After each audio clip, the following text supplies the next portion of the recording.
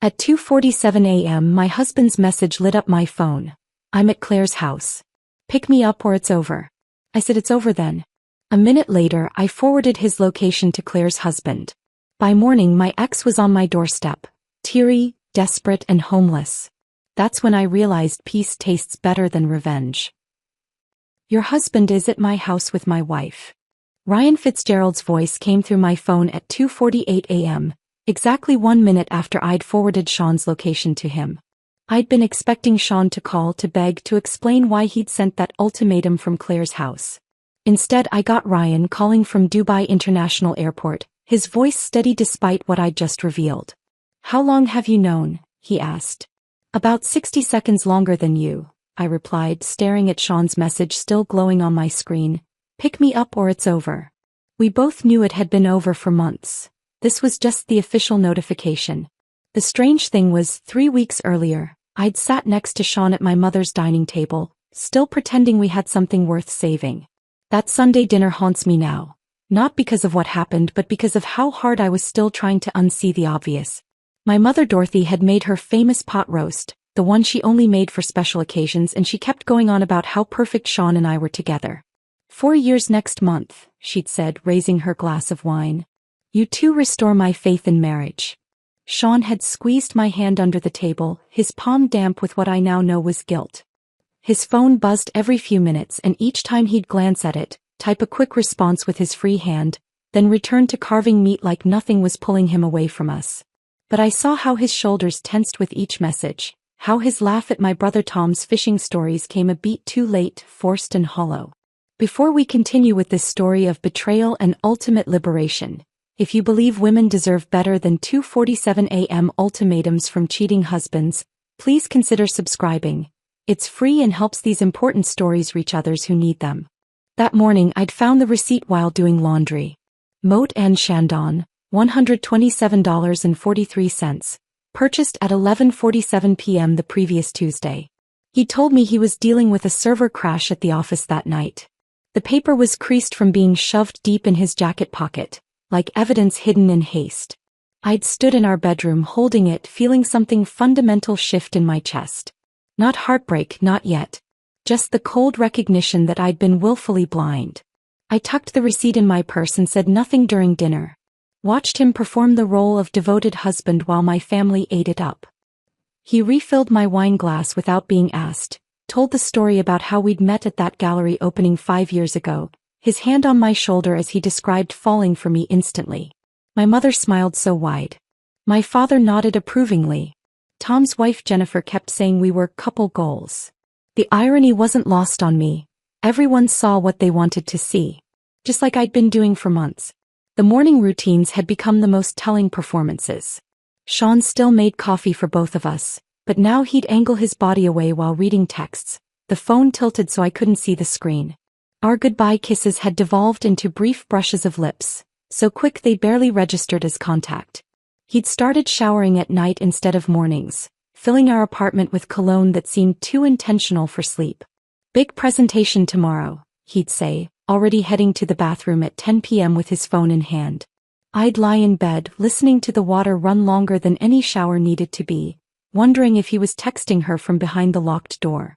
The smell of his body wash would drift out, something new he'd bought, sharper and more expensive than his usual brand. Everything about him was becoming sharper, more expensive, more carefully curated. Just not for me. The company summer picnic had been the moment I should have known. 2 months before that 2:47 a.m. message, we'd all gathered at Green Lake Park for volleyball and barbecue. Ryan Fitzgerald had introduced his wife Claire with such pride, his arm around her waist, calling her my better half without irony. She'd barely made eye contact with me when we shook hands, her smile too bright, too brief. But when Sean told his story about the Peterson account, the one he'd supposedly been working late on, Claire laughed like it was the funniest thing she'd ever heard. Her hand landed on his arm and stayed there while she pointed out the dessert table. Such a small gesture but intimate in a way that made my stomach drop. Later, during volleyball, I caught them sharing a look across the net. Not a glance, a look. The kind that carries whole conversations, secrets, promises. Sean missed the ball because he was watching her and everyone laughed except me. I stood there in the July sun, sweating through my sundress, finally understanding why he'd been so eager to attend a company picnic he usually complained about. That was the day I started paying attention instead of looking away. Started noting the gym membership charge on our credit card. Not for the gym 3 blocks from our apartment, but one in Fremont, right near Claire's neighborhood.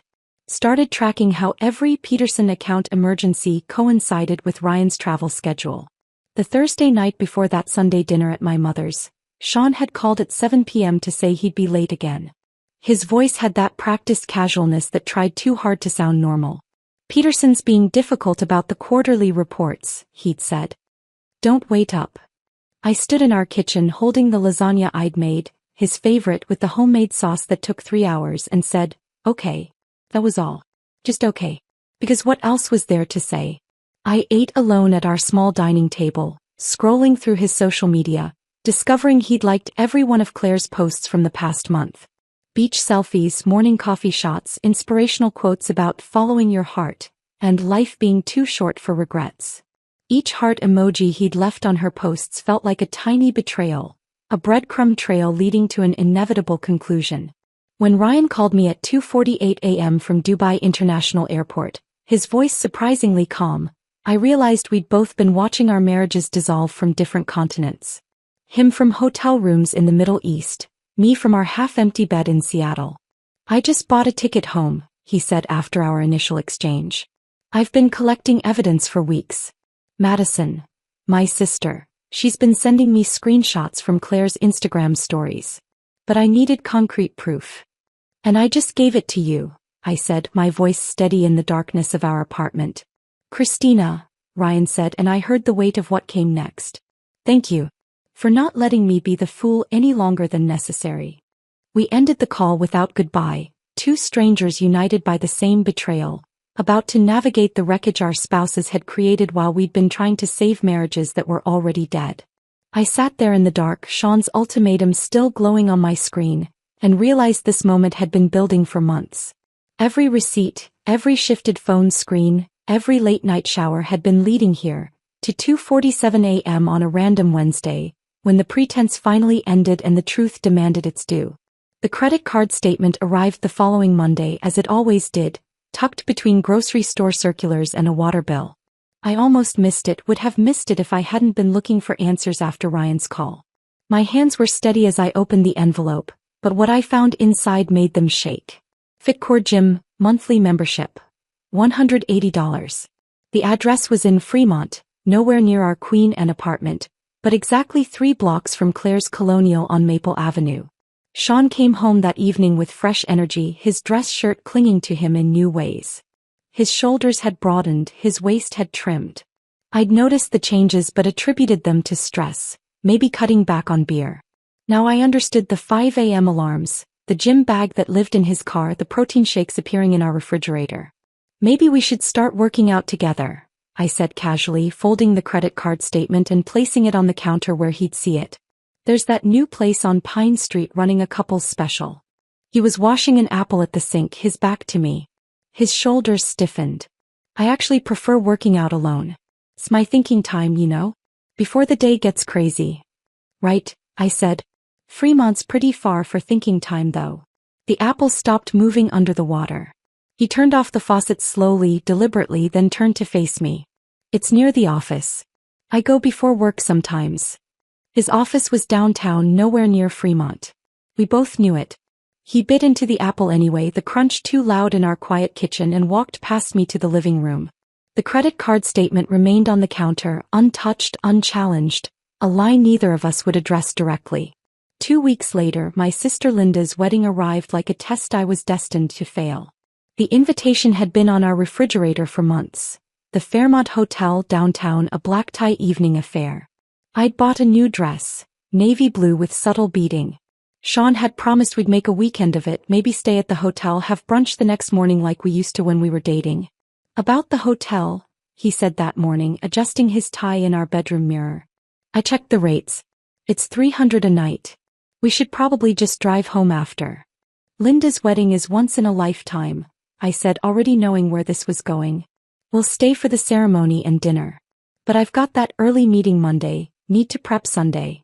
His reflection wouldn't meet my eyes. At the reception, I watched Linda and her new husband, Michael, dance to their first song.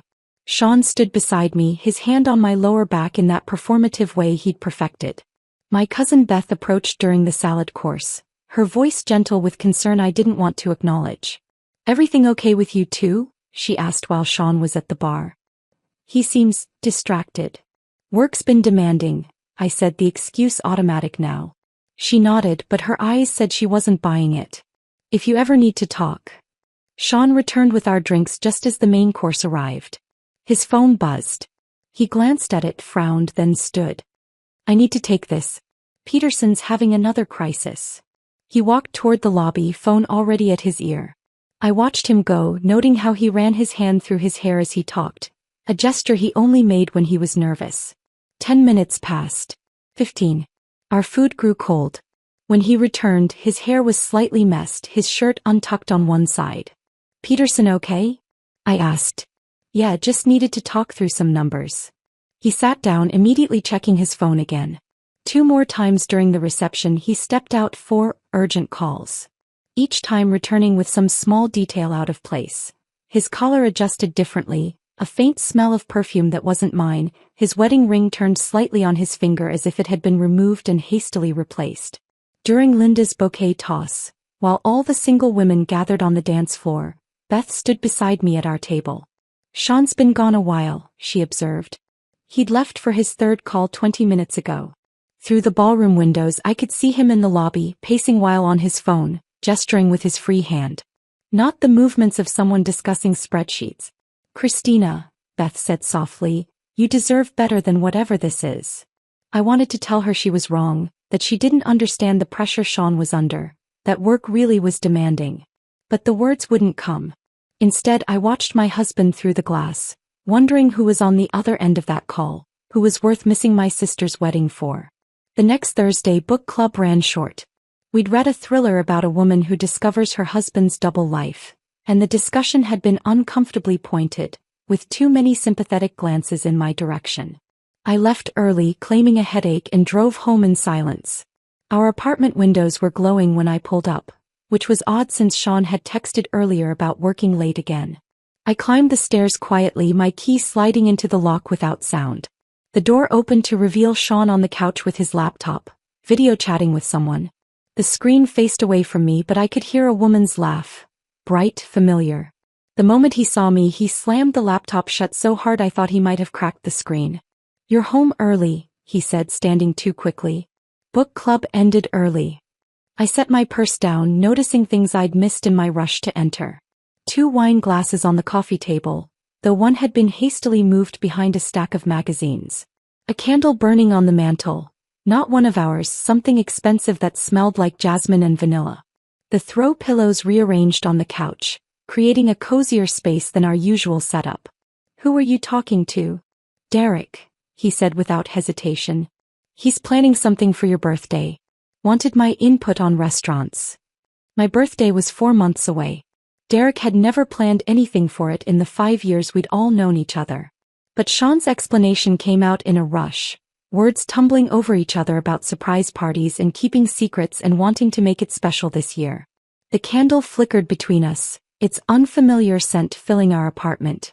I walked to the kitchen, noting the wine bottle on the counter. A Pinot Noir we didn't have this morning. 2 glasses used, one hastily rinsed and placed in the drying rack. "Derek drinks beer," I said quietly.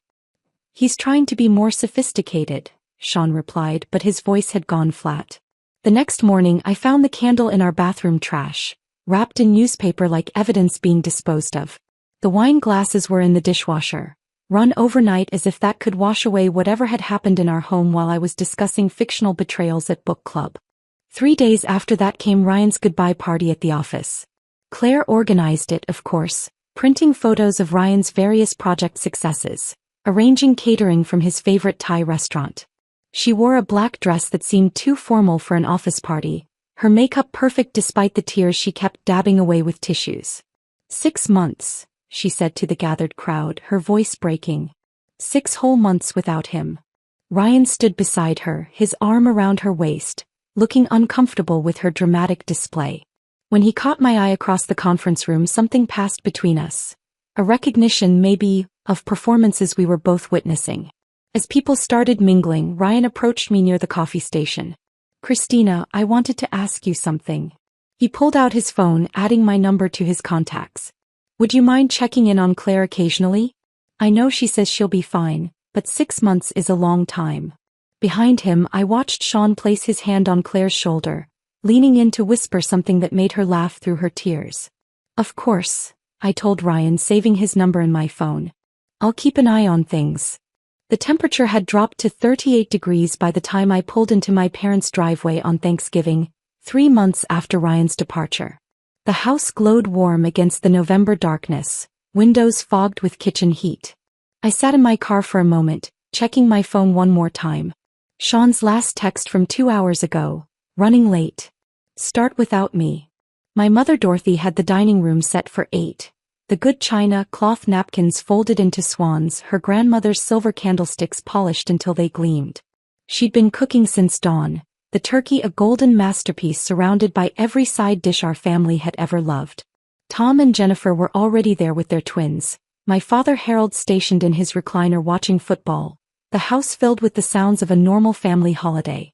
"Where's Sean?" my mother asked, not for the first time, as she handed me the green bean casserole to place on the table. "He'll be here soon. Work emergency." The lie came so easily now. By 6 p.m. we couldn't wait any longer. The twins were getting restless, and the turkey was starting to dry out despite my mother's careful tenting with foil. We sat down, Sean's empty chair screaming his absence. My father said grace, his voice carrying that particular tone of disappointment he'd perfected during my teenage years. At 7:15 my phone buzzed. Claire's car broke down. Helping her get to a mechanic. "Don't wait up." I read it twice, then set my phone face down on the table. Of course. Claire's car. On Thanksgiving. When every mechanic in Seattle was closed and Ryan was thousands of miles away in Dubai. The table had gone quiet, everyone pretending to focus on their plates while stealing glances at Sean's empty chair. "Is everything all right, honey?" My mother's hand covered mine, her touch gentle but her eyes sharp with concern. "Sean's helping a coworker with car trouble," I said, cutting my turkey into smaller and smaller pieces. My father set down his fork with deliberate precision. The sound echoed in the silence. He didn't say anything, he didn't have to. Harold Brennan had been married to my mother for 37 years. He'd never missed a family dinner for someone else's crisis. By 8 p.m., my mother was wrapping leftovers in aluminum foil, creating careful packages labeled with masking tape. "For Sean," she said, though we both knew he wouldn't eat them. She pressed a container of stuffing into my hands, then pulled me into the kitchen while the others watched football. "Marriage is hard work, sweetheart," she whispered, her hands busy washing dishes that didn't need washing. "But it shouldn't be this hard." The drive home felt endless. Every red light gave me too much time to think about where Sean really was, what he was really doing. Our apartment was dark when I arrived. Cold in that particular way that meant no one had been home all day. I put the leftovers in our refrigerator, still labeled in my mother's careful handwriting, and went to bed alone. Sean came home at 1 a.m., sliding into bed smelling like wine and someone else's perfume, his breathing deliberately steady as if he could fool me into thinking he'd fallen asleep immediately. The following Tuesday, I sat in Dr. Martinez's examination room, my blood pressure reading higher than it should be for a 32-year-old woman. She'd been my doctor for 6 years, had seen me through a miscarriage Sean and I never talked about anymore, knew my body's patterns better than I did. "The anxiety medication doesn't seem to be working," I told her, my hands twisted in my lap. "I can't sleep. My heart races randomly. I feel like I'm waiting for something terrible to happen." Dr. Martinez set down her tablet, her brown eyes studying me with that particular medical combination of clinical assessment and human concern. "Christina, is everything okay at home?" The question unlocked something I'd been holding so tightly it had calcified in my chest. The words tumbled out. The late nights, the gym membership in Fremont, the receipts for dinners I didn't eat, the way Sean looked through me now instead of at me. I talked about finding wine glasses for 2 when I'd been gone, about Claire's tears at Ryan's goodbye party, about Thanksgiving dinner with an empty chair. Dr. Martinez handed me tissues I didn't realize I needed, then sat back in her chair. "What you're describing sounds like situational anxiety caused by ongoing stress. I can increase your medication, but Christina, Medication can't fix a relationship that's causing you harm. She wrote 2 prescriptions. One for a higher dose of anxiety medication, another for a therapist named Dr. Sarah Chen. Then she pulled open a drawer and handed me several pamphlets. Recognizing emotional abuse, gaslighting in relationships, when love hurts. I'm not saying this is what's happening, she said carefully. But education is never harmful. And Christina? Taking care of your mental health isn't admitting failure. It's choosing survival. I left with a paper bag full of resources I was too embarrassed to read in the parking lot. The therapy referral stayed in my purse for a week before I finally made the call. The next interruption to my careful denial came from Madison Fitzgerald, Ryan's sister. She called my work line on a Wednesday afternoon, her voice cautious like someone approaching a spooked animal. Christina? I hope I'm not overstepping, but I need to tell you something. My stomach dropped. Is Ryan okay? Ryan's fine. It's about Claire. And your husband. The office suddenly felt too small, the walls pressing in. I could hear my coworkers typing, living their normal lives while mine tilted off its axis. What about them? Claire has a private Instagram account. She thinks I don't follow it, but I do under a fake name. She's been posting things. Photos that suggest. God, I don't know how to say this. Just say it, Madison. There are photos of them together.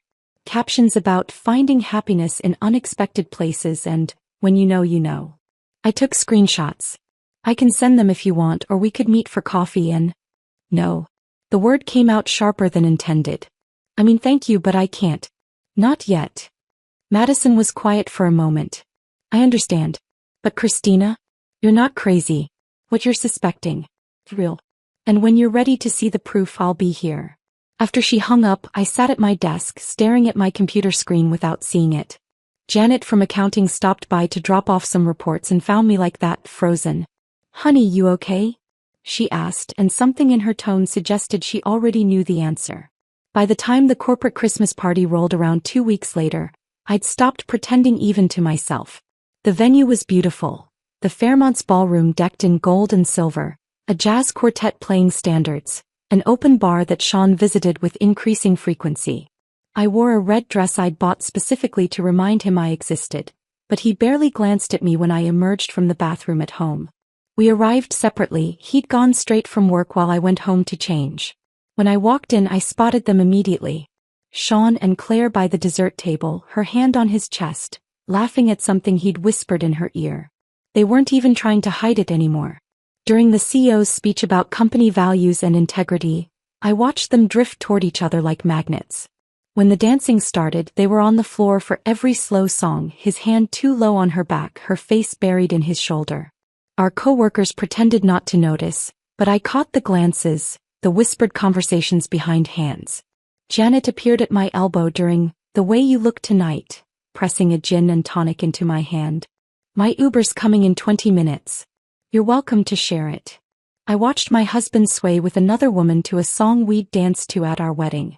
Claire's eyes were closed, a small smile on her lips. Sean's wedding ring caught the light as his hand moved up her back.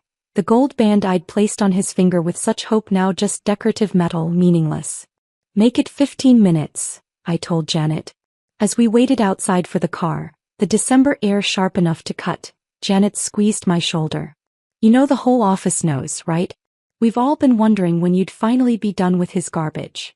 I thought about Dr. Martinez's pamphlets, about Madison's offer of screenshots, about my mother's careful leftovers and my father's disappointed silence, about the empty chair at Thanksgiving and the cold bed I'd returned to tonight. The slow unraveling was almost complete. Soon there would be nothing left to untangle. The Uber dropped me at home that night after the Christmas party, and I knew something fundamental had shifted. Not broken, shifted. Like tectonic plates realigning before an earthquake. I stood in our dark apartment, still wearing my red dress that Sean hadn't noticed, and made a decision. If my marriage was going to end, it would be on my terms. Victoria Lawson's office occupied the 17th floor of a glass tower downtown, all clean lines and muted colors that suggested expensive efficiency. I'd found her through a coworker's recommendation, whispered over lunch with the kind of careful tone people use when discussing cancer treatments. The Wednesday after Christmas, I sat across from her mahogany desk, watching her take notes in handwriting so precise it looked printed. "Tell me everything," she said, her reading glasses perched on her nose, pen poised over a legal pad. So I did. The gym membership in Fremont. The missed holidays. The overnight bags packed for late meetings. The Christmas party where they'd dance to our wedding song. Victoria's expression never changed, but her notes filled page after page, occasionally punctuated by small sounds of acknowledgement. "You've been documenting things?" she asked when I finished. I pulled out my phone, showing her the folder I'd created. Screenshots of credit card statements. Photos of receipts. Text messages with timestamps.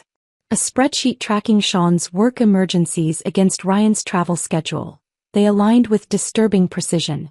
Victoria set down her pen and looked at me directly. "Christina, you've been smart. Smarter than most clients who walk through that door. The documentation will help, but we need to protect you financially before he knows what's coming." She explained Washington's divorce laws with the kind of clarity that made complex things simple. Community property. Spousal support. The apartment lease that thankfully bore only my name. A decision I'd made before marriage when my credit was better than Sean's. "You can legally remove him from the lease with 30 days notice since you're the sole leaseholder," she said, sliding a form across the desk. "I suggest you do it quietly. File it directly with your property management company. Don't tell him until you're ready for him to know." She gave me a list of tasks, each one a small act of revolution. Open my own bank account. Secure important documents. Change passwords on everything. Install security cameras, for safety, she said with a knowing look. Washington is a two-party consent state for audio recording, but video in your own home is perfectly legal. I left her office with a folder full of information and something I hadn't felt in months: control. The elevator ride down felt like descent into battle, but I was finally armed. The next morning I walked into Chase Bank. Not our usual Bank of America where Sean might know the tellers. The location in Ballard was far enough from our usual routes that I wouldn't run into anyone familiar. The new accounts specialist, a young woman named Amy with kind eyes and discreet professionalism, didn't ask why I needed an individual account when I mentioned being married. "We see this a lot," she said quietly, fingers flying across her keyboard. "Would you like paperless statements?" "Yes. Everything electronic." She helped me transfer exactly half our joint savings, $12,000 that represented years of careful budgeting, vacation funds we'd never use, the start of a down payment for a house I'd never buy with Sean. The debit card would arrive in 7 to 10 business days at my office address. The checks I'd never use went into my purse like evidence of a crime I was about to commit. Walking out of Chase, I felt my phone buzz. Sean asking what was for dinner. I texted back, "Working late tonight. Fend for yourself." The lie came easily, probably because I'd learned from the best. I stopped at a small cafe in Ballard, ordering chamomile tea with hands that shook slightly as I handed over my new debit card for the first time. The transaction went through. Such a small thing, but it felt like the first breath after being underwater. The security cameras arrived via Amazon 2 days later, during Sean's morning workout in Fremont. The package was heavier than expected. 4 cameras, a central hub, cables that would need hiding. I'd watched 3 YouTube installation videos the night before while Sean slept beside me, learning about angles and blind spots and motion detection. The living room camera went up first, positioned to catch the front door and main space. Another in the kitchen, angled toward the dining area. One in the hallway facing our bedroom door. The 4th I tucked into the bookshelf, nearly invisible among my paperbacks, covering the area where Sean usually sat with his laptop. The app on my phone came alive with feeds from each camera. 4 squares showing our empty apartment from different angles. I could check them from anywhere, record footage, receive alerts when motion was detected. The first test came that very evening, Sean arriving home at 6 p.m., normal time, empty-handed. But the next Wednesday the cameras caught him packing an overnight bag at 3 p.m. when he was supposedly in back-to-back meetings. He folded his clothes carefully. The gray sweater I'd bought him for Christmas, his expensive jeans, the cologne he only wore for special occasions. The unexpected network of support began forming without my conscious effort. Janet from accounting had started forwarding me things without being asked. "Thought you should see this," her emails would say, attached with Sean's expense reports showing dinner for 2 at restaurants I'd never been to, charges at hotels during lunch hours, Uber receipts to addresses in Fremont. Marcus, our building's doorman, had taken to greeting me with extra warmth. One evening as I collected mail, he mentioned casually, "Your husband left pretty early this morning. Around 5 a.m. Hope everything's okay with that work emergency." There had been no work emergency. Sean had told me he was going to the gym. "Thanks, Marcus," I said, understanding the gift he was giving me. These tech companies always something urgent. Even Patricia from the coffee shop downstairs had noticed. She'd been making my morning latte for 2 years, knew I liked an extra shot on Mondays, remembered my name without asking. The day after I'd installed the cameras, she handed me my coffee and held my gaze. "You okay, honey? You seem different lately." "Stressed. Just work stuff," I said automatically. She nodded slowly. "That husband of yours used to come in every morning, you know. Haven't seen him in months. Now he gets coffee at that place in Fremont, according to his Instagram." She pulled out her phone, showing me Sean's public profile I'd stopped checking.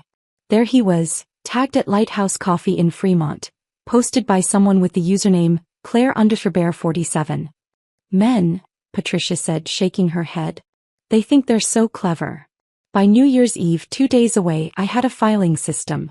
Bank statements in one folder. Screenshots in another. Camera footage backed up to the cloud. Written timeline of events that Victoria had suggested I maintain. Contact information for 3 divorce attorneys besides Victoria just in case.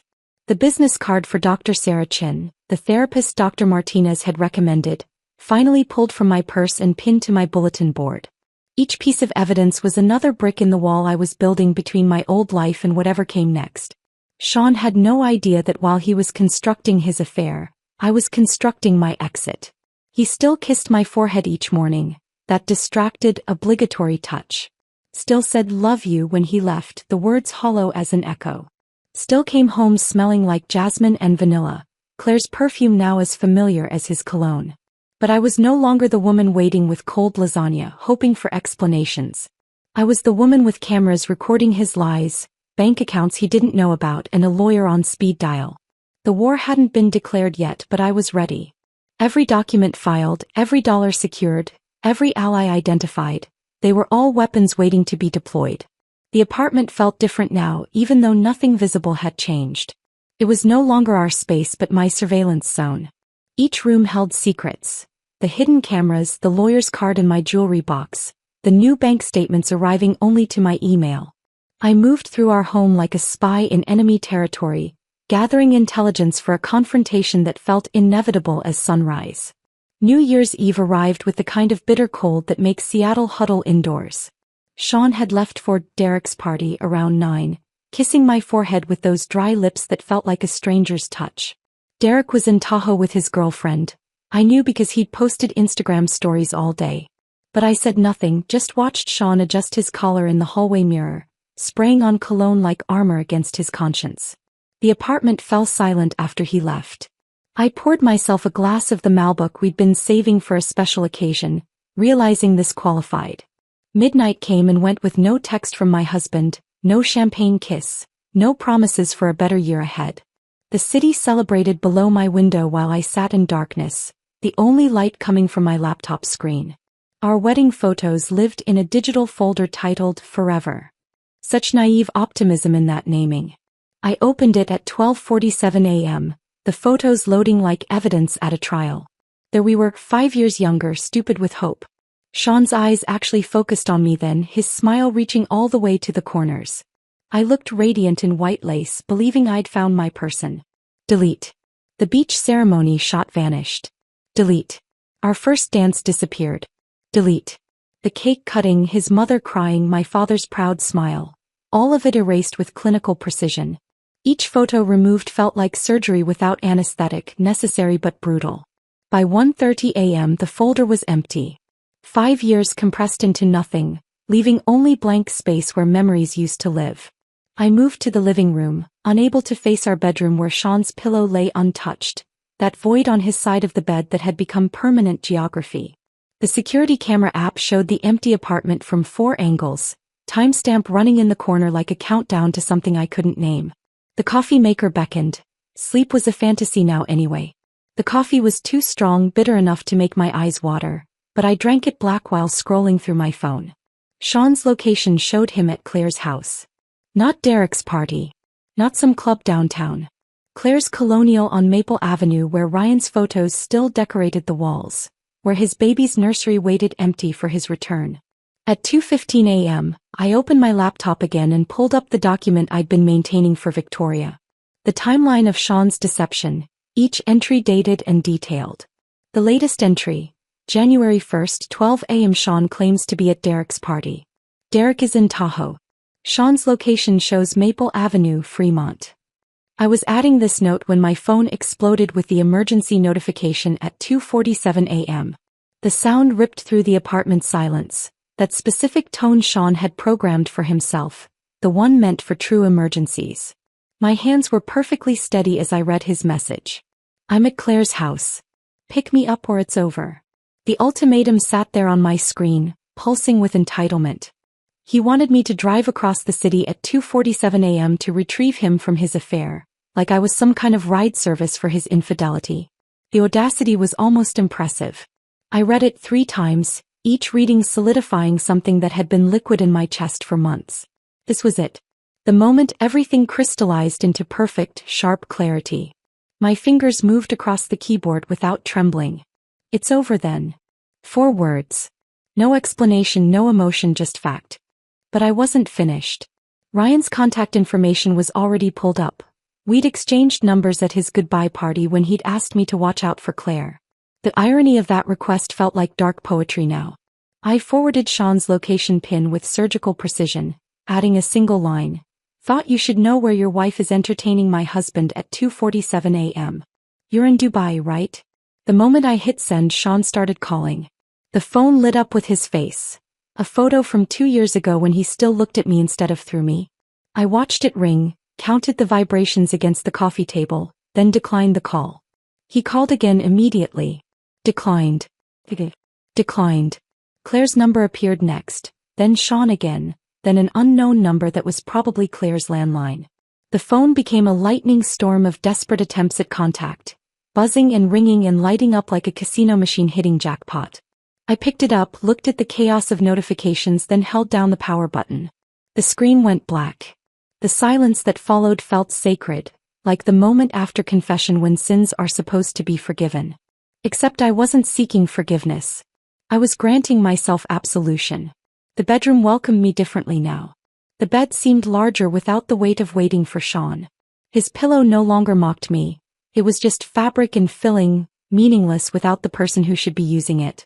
I slid under the covers, my body finding the center of the mattress instead of clinging to my designated side. For the first time in 6 months, maybe longer, I fell into real sleep. Not the fitful, half-aware vigilance I'd been calling rest, but actual deep sleep where the mind finally releases its death grip on consciousness. I dreamed of empty rooms with white walls, of painting them colors Sean would hate. Deep burgundy, midnight blue, that perfect shade of green that looks like forest shadow.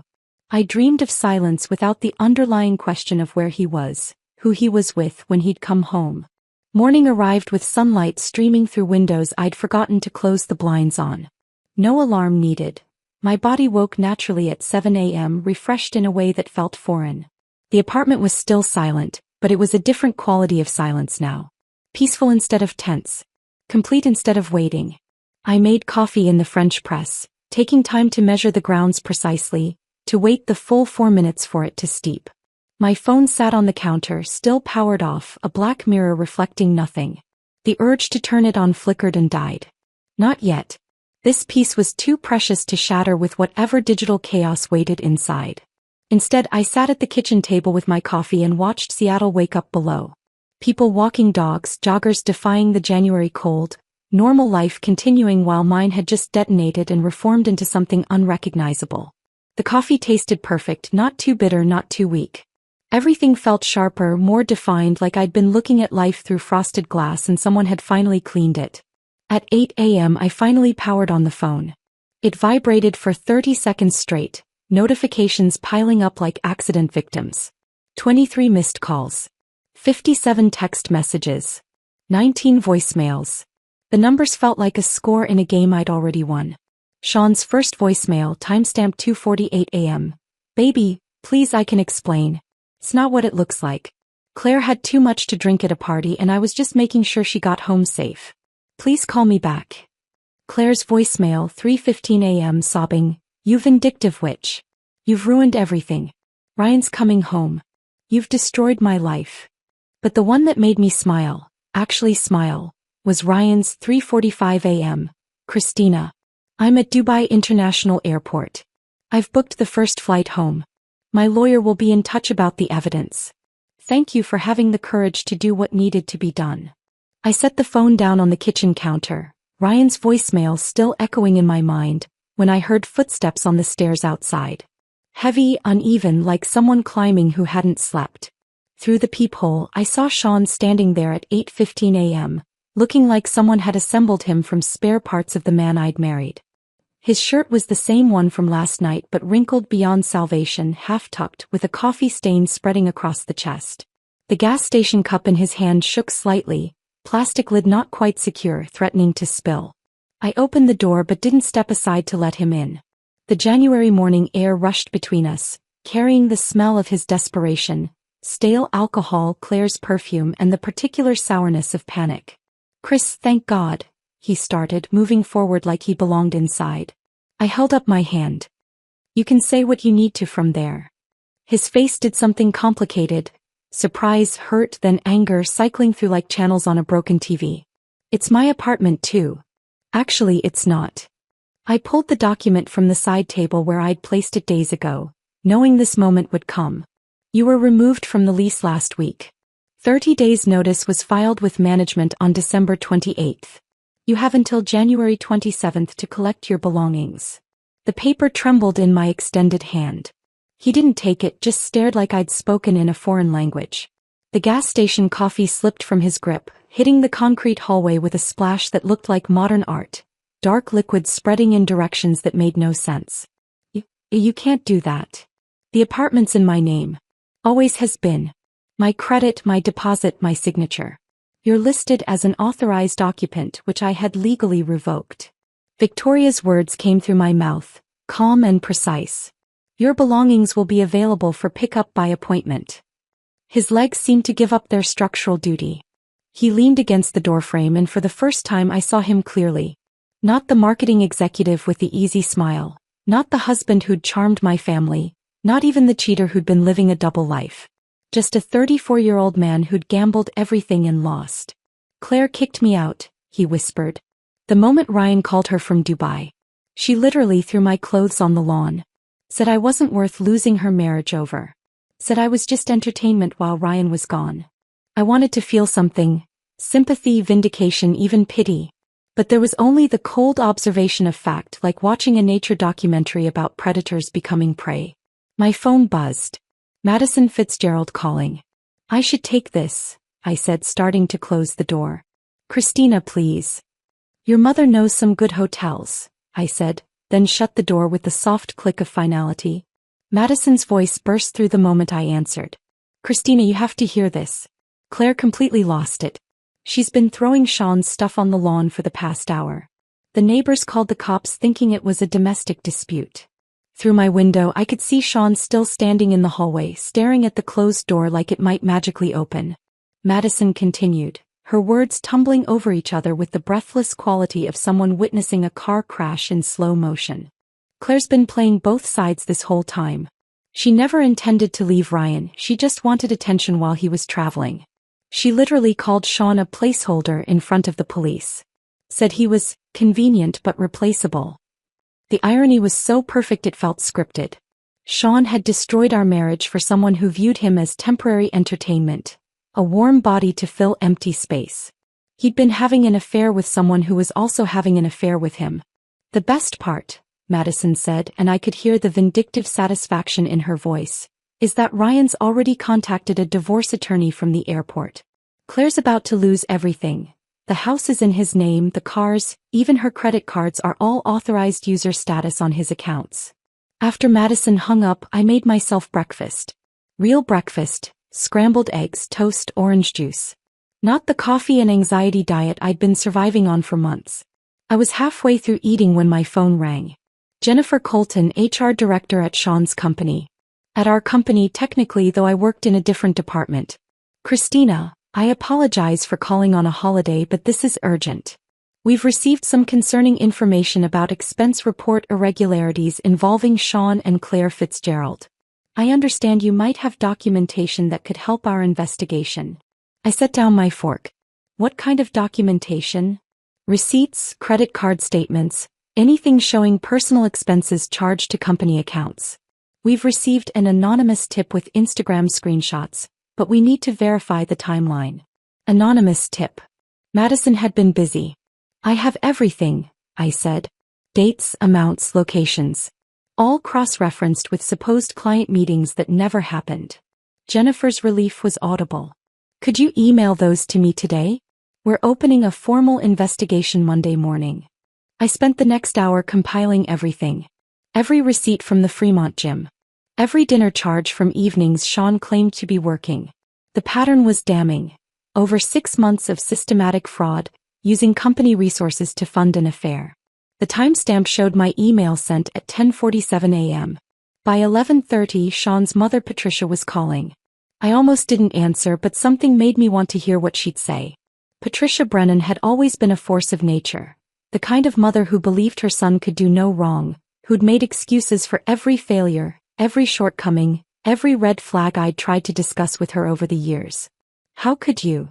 She launched in without preamble, her voice shaking with tears and rage.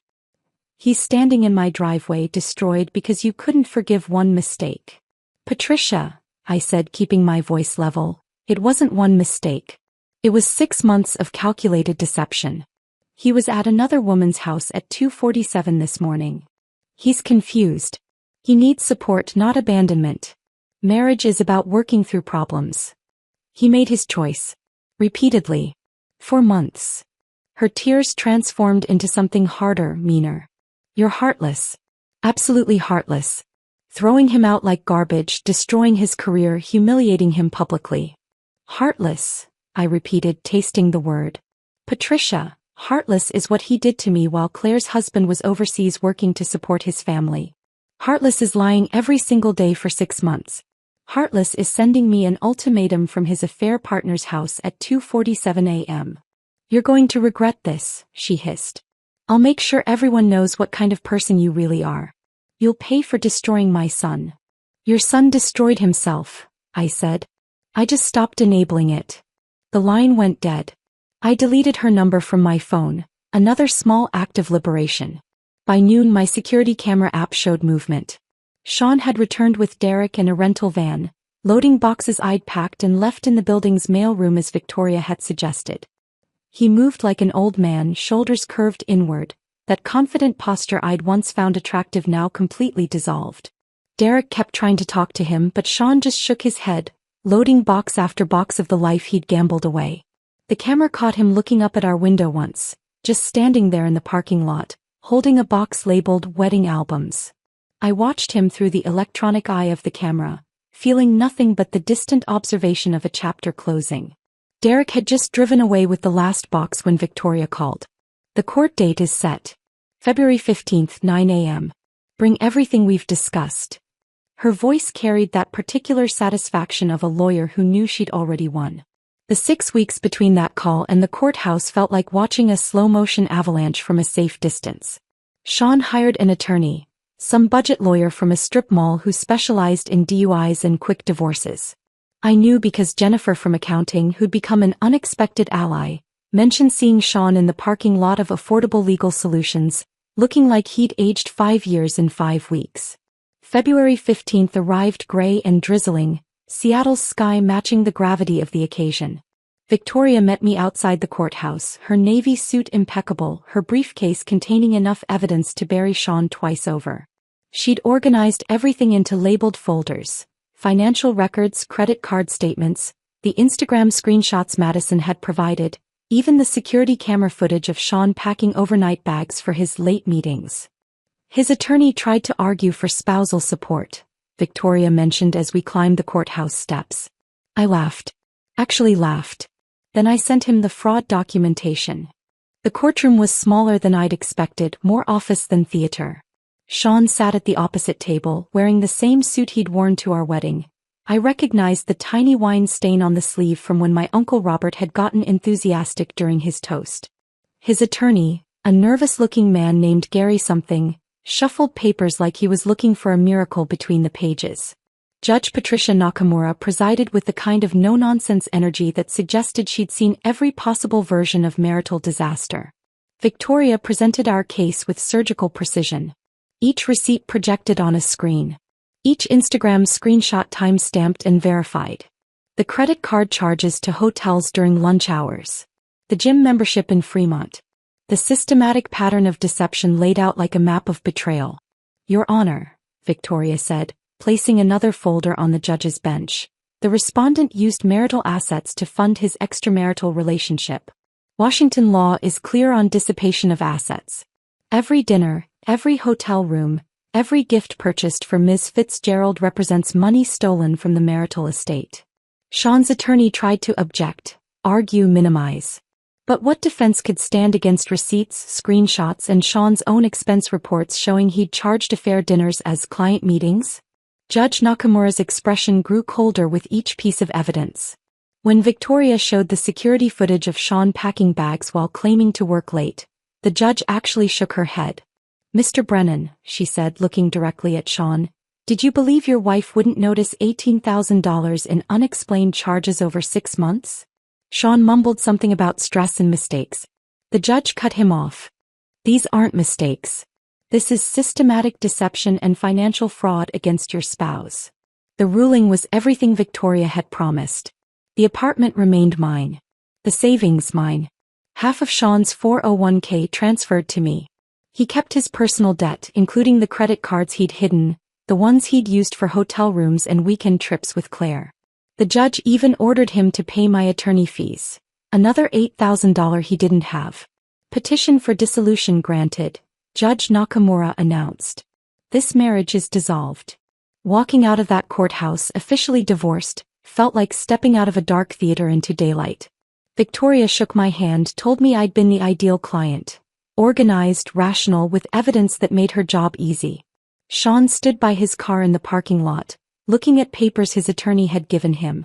For a moment, our eyes met across the rain-slicked asphalt. Then I got into my car and drove away, leaving him standing there like a memorial to his own destruction.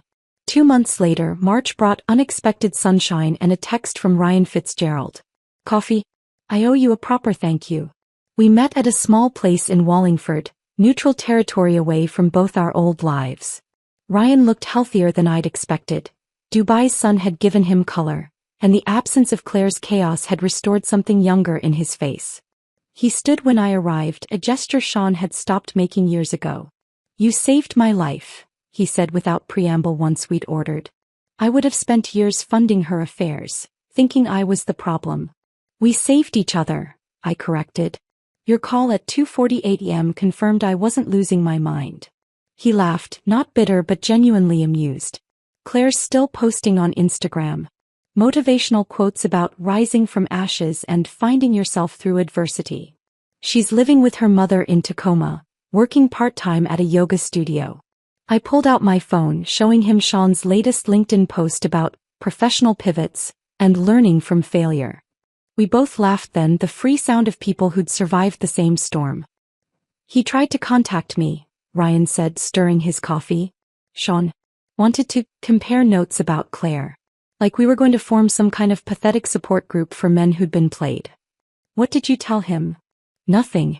Blocked his number. I'm not interested in bonding over mutual stupidity. We talked for 2 hours, comparing divorce settlements, sharing the absurd details that only people who'd been through the same specific disaster could appreciate. Before leaving, we exchanged numbers, not romantically, just as fellow survivors who might occasionally need to confirm that yes, it had really been that insane. The next test came at family dinner that Sunday. I'd finally told my parents and Tom everything. Not the sanitized version I'd been feeding them, but the whole truth. The 2:47 a.m. message, Claire, the investigation, all of it. Tom's knuckles went white around his beer bottle. I knew something was off at Thanksgiving. I should have. You couldn't have done anything, I interrupted. My mother had gone through her own stages of processing. First, disappointment that the marriage had failed. Then, as the details emerged, A transformation into protective fury I hadn't seen since high school when a teacher had unfairly failed me. "I'm updating the Christmas card photos," she announced over dessert. "Already removed him from the last 3 years. Photo editing is wonderful these days. Mom, you don't have to erase history." "Yes, I do." He erased himself from this family the moment he chose another woman over my daughter. My father raised his wine glass. "To Christina's freedom." They all raised their glasses. Tom, Jennifer, even the twins with their juice boxes. The warmth of their support filled spaces in my chest I hadn't realized were cold. 3 weeks after that dinner, I ran into Derek at Whole Foods.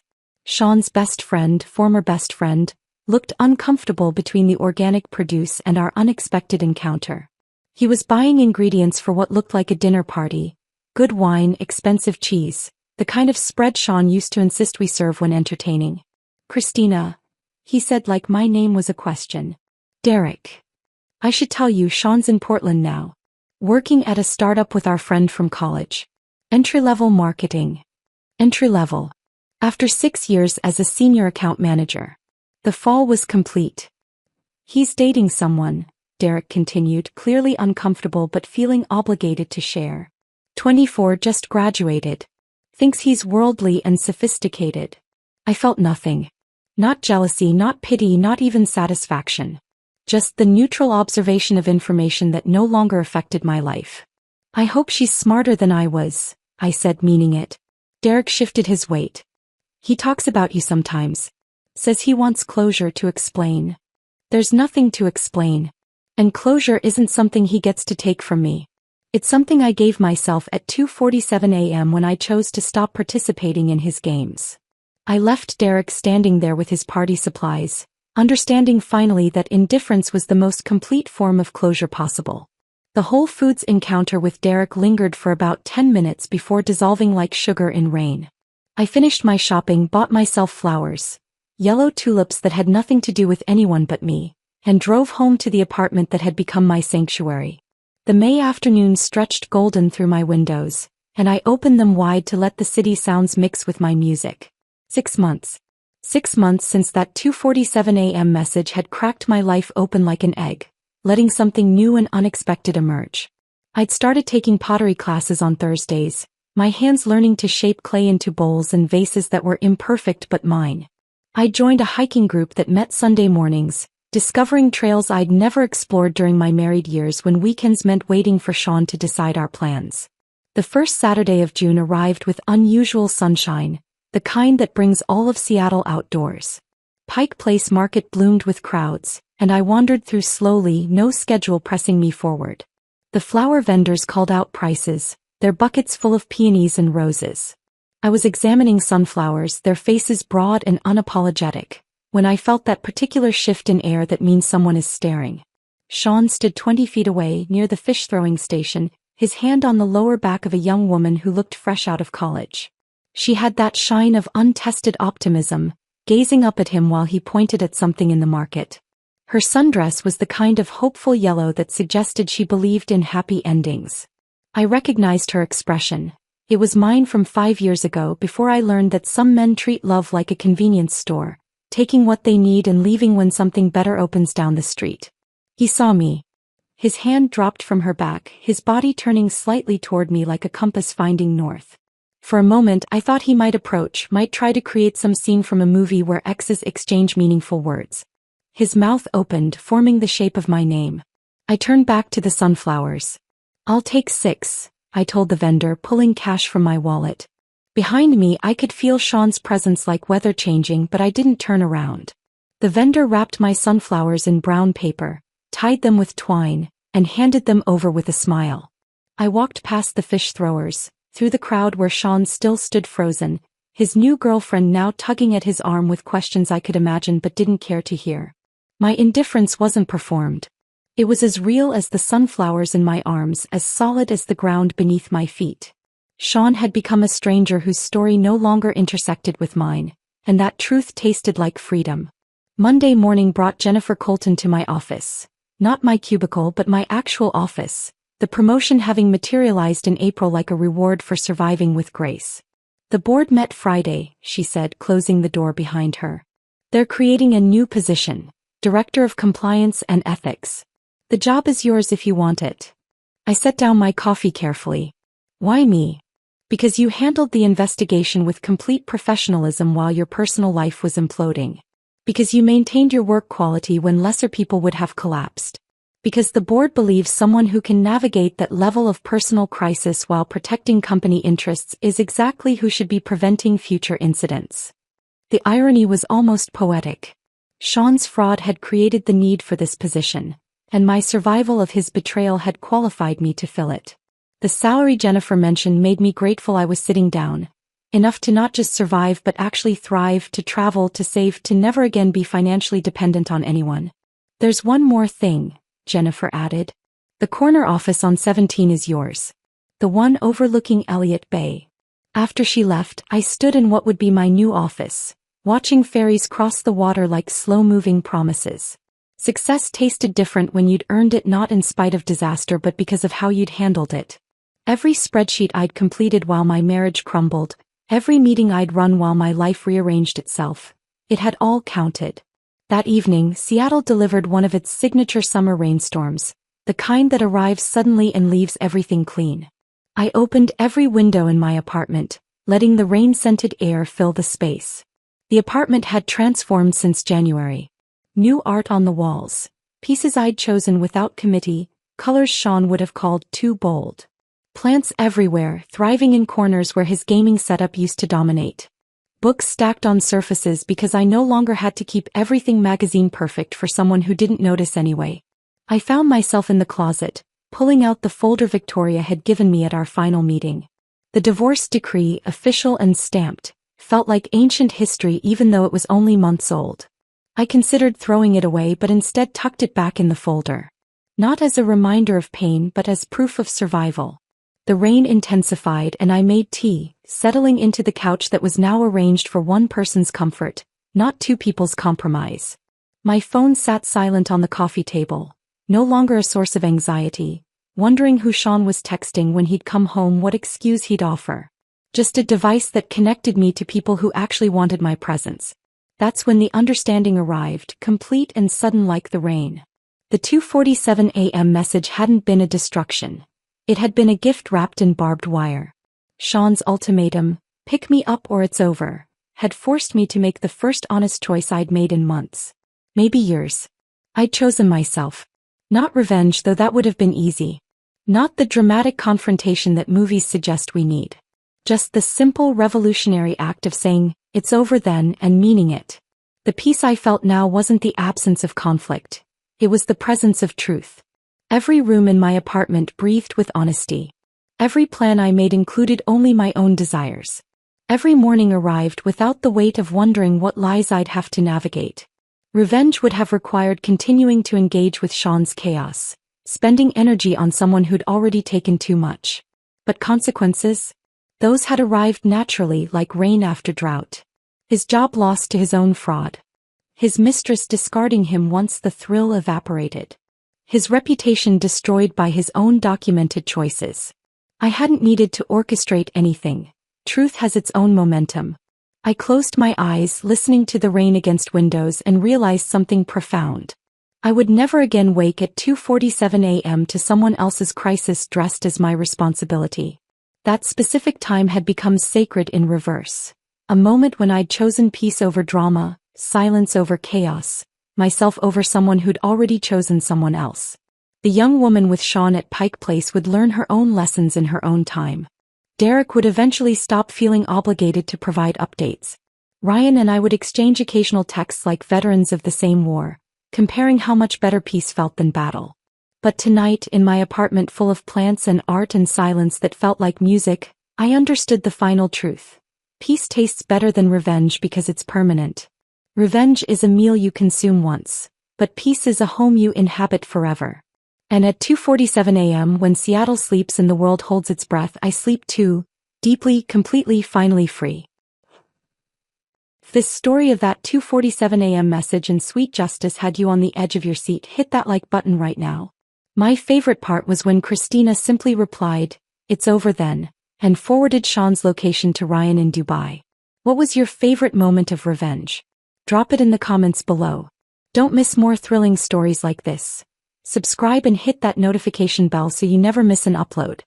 After I lost my job, my wealthy husband suddenly said, "From now on we split everything 50-50ths. I'll only care for myself."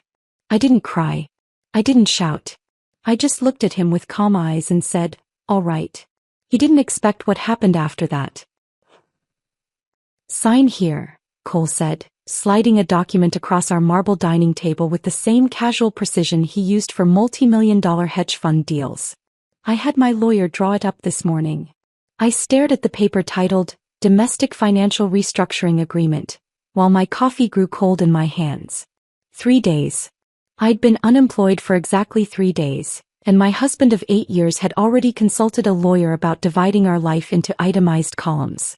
"From now on we split everything 50-50, he continued, uncapping his Mont Blanc pen, the one I'd given him for our 5th anniversary. "I'll only care for myself." Before we dive deeper, if you believe marriage should be a partnership, not a business transaction, please consider subscribing. It's free and helps more women find these important stories. Now let's see what Cole's 50-50 arrangement really meant. The morning light streaming through our penthouse windows caught the gold trim of the pen, the same light that used to make our Saturday mornings feel sacred. For 8 years this had been our ritual. Me cooking eggs Benedict from scratch while Cole read the Financial Times, occasionally sharing merger news from his hedge fund world. The hollandaise sauce I'd perfected, the precise temperature of his coffee, the way I'd arrange fresh flowers on the table. All of it had felt like love.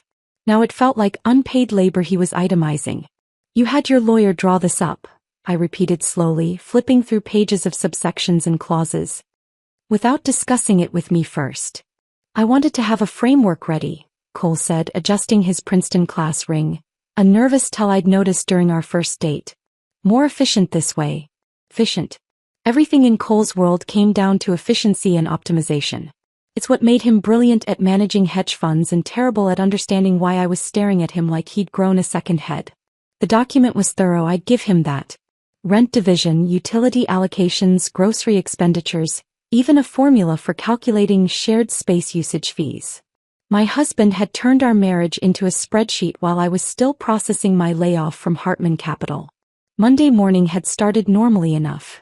I'd kissed Cole goodbye, driven to the office, grabbed my usual vanilla latte from the cart outside the building.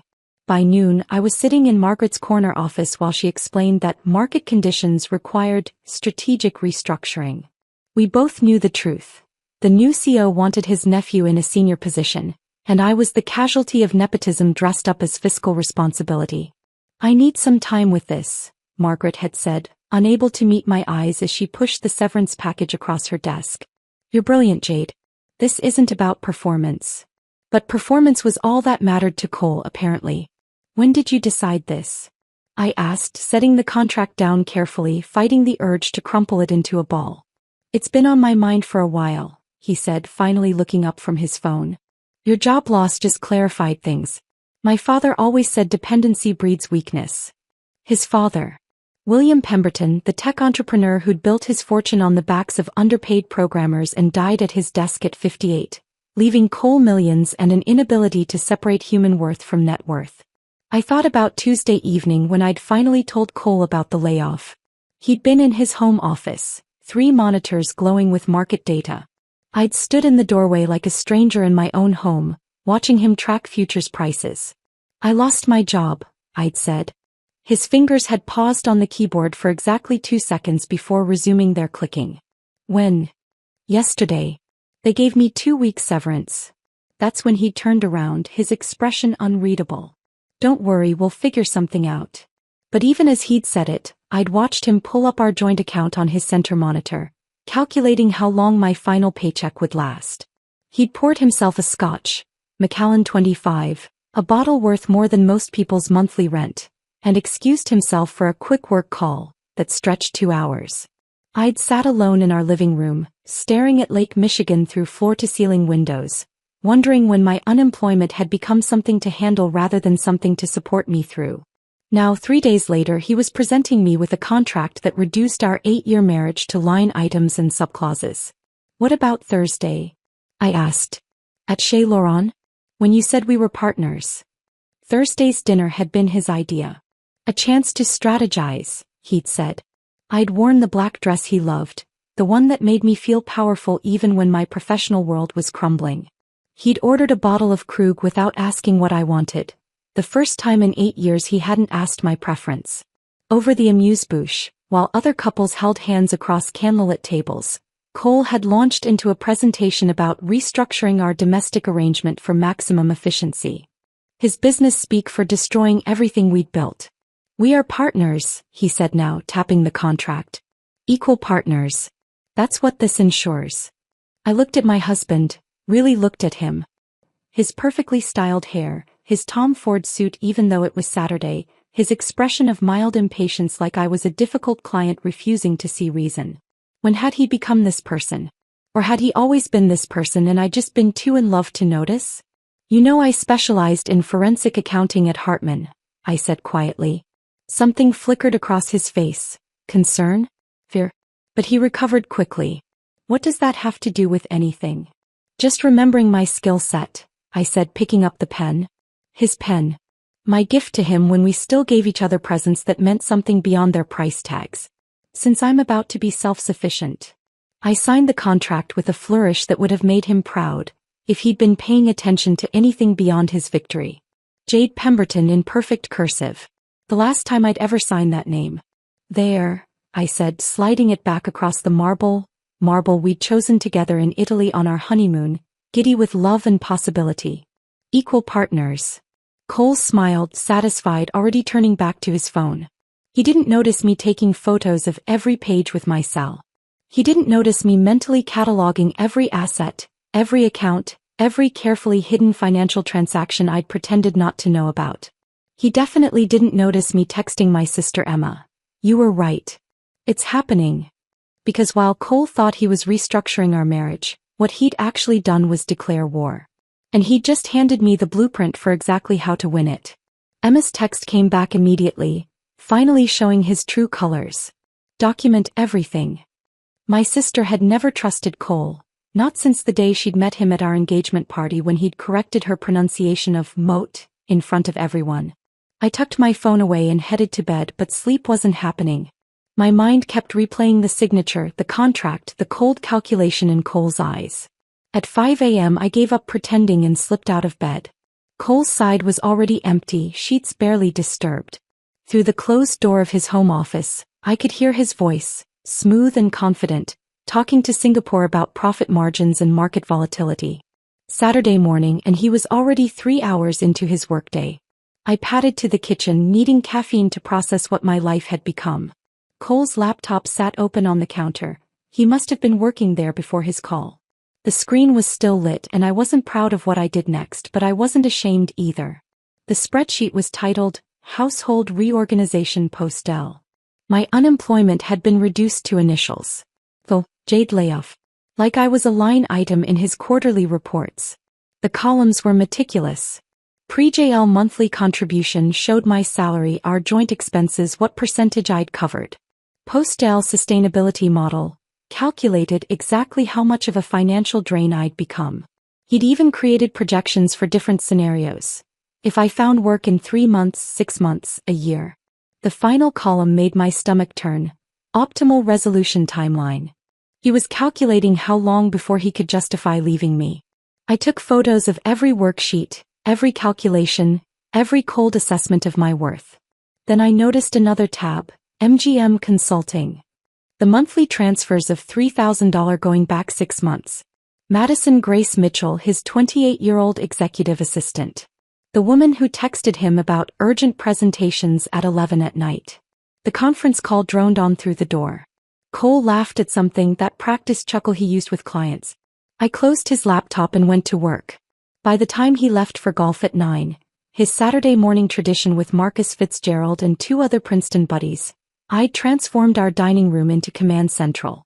Office Max had opened at 8 and I'd been their first customer, loading up on laminating sheets, color-coded folders, and enough supplies to rival a law firm. Going to the club, Cole had said, grabbing his tit-laced bag. He'd paused at the door, watching me arrange my supplies. What's all this? Organizing, I'd replied, not looking up. Being self-sufficient. He'd laughed, actually laughed, and left. The moment his Tesla pulled out of the garage, I got serious. 8 years of marriage meant 8 years of financial documents, tax returns, investment statements, credit card bills. Cole thought he was clever with his hidden assets, but forensic accounting had been my specialty. Finding money was what I did. I created my own masterpiece, a 47-page document titled Marital Asset Utilization Framework. If Cole wanted to run our marriage like a business, I'd give him the full corporate treatment. Section 1. Historical Labor Analysis. Every dinner party I'd hosted for his clients. Every weekend I'd spent charming investors at tedious golf tournaments. Every thank you note I'd written, every gift I'd selected for his business associates. Every hour I'd spent making him look like a functional human being instead of the emotional void he actually was. Section 2. Intellectual Property Contributions. The investment strategies I'd suggested that he'd presented as his own. The connections from my Hartman network that had become his clients. The market insights I'd shared over breakfast that had mysteriously appeared in his presentations. Section 3. Opportunity Cost Analysis. The promotions I'd passed up to accommodate his career. The networking events I'd skipped to host his mother. The professional development I'd sacrificed to maintain his illusion of domestic perfection. By the time Cole's Tesla hummed back into the garage at 1, I'd bound everything in a leather portfolio that looked more expensive than it was. I heard him enter, the sound of his golf shoes on marble, the refrigerator opening. "Jade," he called. "Why is there a lock on your shelf?" I didn't answer. Let him wonder. He found me in the dining room, still in his golf attire, those ridiculous plaid pants his Princeton friends convinced him looked good. His face was flushed from sun and probably a few beers at the 19th hole. "What is all this?" He gestured at my war room setup. "Your copy," I said, sliding the leather portfolio across the table with the same precision he'd used that morning. "Of our updated arrangement." He smirked, that patronizing expression I'd once found charming. "Jade, come on." Page 12, I interrupted. "Start with section 3.2. Still smiling, he opened the document. I watched his face change as he read. Retroactive compensation for unrecognized labor contributions, 2016 to 2024. "This is," he started. "Thorough," I supplied. "Keep reading." His smile died completely at the total, $347,000 in uncompensated labor, calculated at market rates for comparable services. Executive assistant, event planner, social coordinator, investment consultant. "You can't be serious," he said. Page 36. Precedent cases for retroactive compensation in dissolved business partnerships. His phone rang. Marcus Fitzgerald calling to thank him for covering the drinks. Cole's hand shook slightly as he answered, and I heard him say, "Mark, I need you to look at something. Legal opinion. Can I put you on speaker?" Marcus's voice filled the room, still jovial from morning drinks. "Sure, buddy. What's up?" "Jade created some kind of document about our household arrangement." "Send it over," Marcus said, his voice shifting to professional mode. I watched Cole photograph pages, his jaw tightening with each image. We waited in silence for Marcus to review them, the only sound the tick of the grandfather clock Cole's mother had given us as a wedding present. Finally Marcus spoke, and he wasn't laughing anymore. "Cole, is this real? She signed my agreement this morning, so she created this." "No, I mean, are these numbers real? Did she really handle all this?" Cole's silence was answer enough. Marcus whistled low. "Legally, she's got you by the balls, buddy. You wanted a business arrangement, she gave you one. And honestly, based on what I'm seeing here, she's undervaluing her contributions." "You're supposed to be my friend," Cole snapped. "I am your friend. Which is why I'm telling you the truth. Either tear up both agreements and go back to being married, or prepare to write a very large check." Cole hung up without saying goodbye. We stood there, facing each other across the table where we'd once shared romantic dinners, where we'd planned our future, where this morning he'd dismantled our marriage with a pen stroke. "This is blackmail," he said finally. "This is mathematics," I replied, echoing his words from that morning. "Your idea just properly implemented." Cole stood there for another moment, his hand gripping the portfolio so tightly the leather creaked. Then he turned and walked out, leaving my document on the table like evidence at a crime scene. I heard his office door slam, the lock clicking into place. That night I barely slept. Not because of guilt, I was past that, but because I was planning. Cole thought he was the strategic one, the chess player, the one who saw 3 moves ahead. He didn't realize I'd been watching him play for 8 years, learning every gambit, every tell, every weakness. At 3 a.m. I crept to the living room with my laptop. Our smart home system was Cole's pride and joy, a $50,000 investment in automated everything. The future of living, he'd called it, spending weeks programming routines and zones. Now it would be the battlefield. The master control app was still logged into my phone. Cole had never thought to revoke my administrative access. Why would he? I'd never shown interest in his technical toys before. It took me 3 hours and several YouTube tutorials, but by dawn I'd reprogrammed everything. Jade's zone and Cole's zone were born. My zones ran on new passwords, biometric locks that only recognized my face and fingerprints. His zones kept his original access, but with some creative restrictions I'd built in. The beauty was in the overlap areas, the spaces we supposedly shared equally. Those would require both our authorizations to function. I was back in bed, feigning sleep, when Cole's alarm went off at 6 a.m. I heard him pad to the bathroom, yawning. Then silence. Then a muttered curse. The shower wouldn't start. His zone, his problem. Jade, he called. Something's wrong with the shower. I stretched lazily. Mine works fine. Try resetting your access code. More cursing. The sound of him jabbing at the control panel. Finally, the shower started, but only cold water. I'd restricted his hot water heater access to economy mode between 6 and 7 a.m. Energy efficiency after all. By the time he made it to the kitchen, still shivering, I was already there with my coffee, reading news on my tablet. The coffee maker won't connect, he said, staring at the machine like it had betrayed him. That's in my zone now, I explained. Would you like to purchase a cup? I'm offering a special rate, only $8 for premium brew. His face went red. This is ridiculous. This is the 50-50 arrangement you wanted. Equal division of assets. I took a long, satisfied sip of my coffee.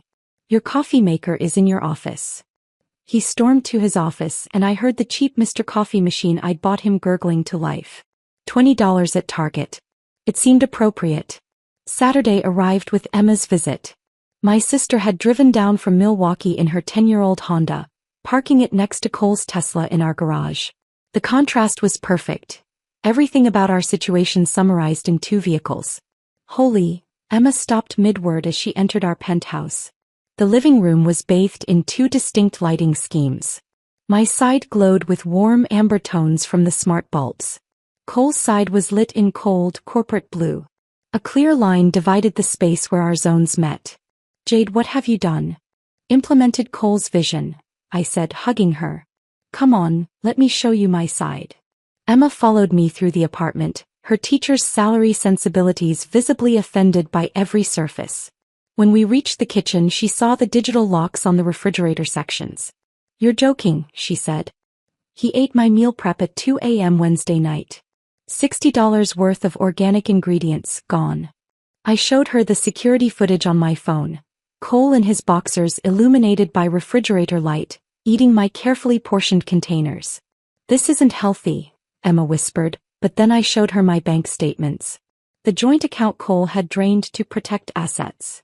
My severance that had mysteriously needed to cover unexpected household expenses. The credit card he'd canceled without warning. Oh, honey, she said, understanding dawning. He's trying to force you out. He's trying to break me, I corrected. But he forgot I learned from the best. Sunday morning, I decided to document Cole's self-sufficiency journey. He'd announced he was going grocery shopping, a first in our 8-year marriage. I waited 10 minutes, then followed. Whole Foods on a Sunday was packed, perfect cover. I kept my distance, phone discreetly recording as Cole wandered the produce section like a lost tourist in a foreign country. He stood in front of the cherry display for 5 full minutes, holding a small box marked $27. Excuse me, he asked a teenage employee stocking apples. Is this the normal price for cherries? The kid looked at the box, then at Cole and his $1,000 sneakers. It's organic, sir. And imported. But $27? You could try regular cherries, the employee suggested. They're $8. Cole put the expensive box in his cart anyway, image over economics even now. The meat counter was worse. He ordered 8 pounds of Wagyu beef, not understanding the price was per pound, not total. The butcher's eyebrows rose, but he wrapped it anyway. Cole added truffle salt, $45, aged balsamic, $62, and something called heritage grains, $30, that I guarantee he couldn't define. His total came to $438.67. For one person. For 1 week. I was already home when he returned, struggling with his bags. Need help? I offered sweetly. I've got it, he grunted, dragging premium groceries to his side of the kitchen.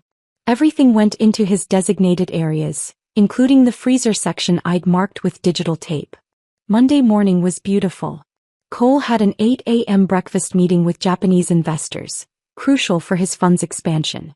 He woke at 6, showered, still cold, and went to make breakfast. I watched from my laptop camera as he opened his refrigerator section. The Wagyu was there, raw and expensive. The heritage grains sat unopened. The truffle salt looked decorative on his shelf. He tried every password combination on my locked section, where my prepped breakfast sandwiches waited. Jade 1234. Anniversary 2016. Even I love you, which made me laugh bitterly. Finally, at 7:47 a.m. he placed an order for delivery. $85 for eggs, toast and coffee, delivered at 8:23 a.m. His investors had already been waiting 23 minutes. That evening I found him eating cereal for dinner. The Wagyu had gone bad, he didn't know it needed to be used within 2 days of purchase. $400 of groceries, I said, and you're eating cornflakes. He looked up at me and for a moment I saw something crack in his facade. Not enough to matter, but enough to know the war was working. He set down his spoon, the cornflakes going soggy in the milk. For a second neither of us spoke. Then he pushed back from the table and walked to his office without a word, leaving his bowl right there on the counter. His side of the counter technically, but still, old habits die hard. I cleaned up his mess anyway because seeing dirty dishes bothered me more than making a point. That's when I noticed his credit card statement on the counter, partially hidden under his abandoned Wall Street journal. He'd been reviewing expenses, probably trying to figure out where all his money was going now that he was buying $40 honey and truffle salt he couldn't pronounce. One line item caught my eye. MGM Consulting, $3,000. The same charge appeared every month going back 6 months. $3,000 monthly to a consulting firm I'd never heard of, while he'd been telling me we needed to tighten our belts due to market volatility. I photographed the statement and went to my laptop. The address for MGM Consulting wasn't a business complex or corporate building. It was the Meridian, a luxury apartment building downtown where studios started at $4,000 a month. My forensic accounting instincts kicked in hard. This wasn't about revenge anymore. This was about truth. I pulled up corporation records, business registrations, tax filings. MGM Consulting LLC had been registered 7 months ago. The managing member? Madison Grace Mitchell. Madison. His executive assistant. 28 years old, Harvard MBA, legs for days and a habit of texting Cole about urgent matters at inappropriate hours. I dug deeper. The LLC had a website. If you could call 3 blog posts about manifesting your best life through strategic thinking, a website. The last post was 4 months old. Some consulting firm. That's when everything clicked. The late nights at the office. The weekend emergency meetings. The way he'd suddenly become protective of his phone, keeping it face down during dinner, taking it into the bathroom during showers. I was building a new spreadsheet, suspicious financial activity, when the universe decided to hand me a gift. It was Tuesday night, 11:47 p.m. according to my laptop clock. Cole was in the shower, his phone charging on his nightstand. The water was running full blast. He'd figured out how to override my hot water restrictions by showering at night. His phone lit up. A text notification. I shouldn't have looked. But then again, he shouldn't have been funding his assistant's apartment while making me document every cent I spent on groceries.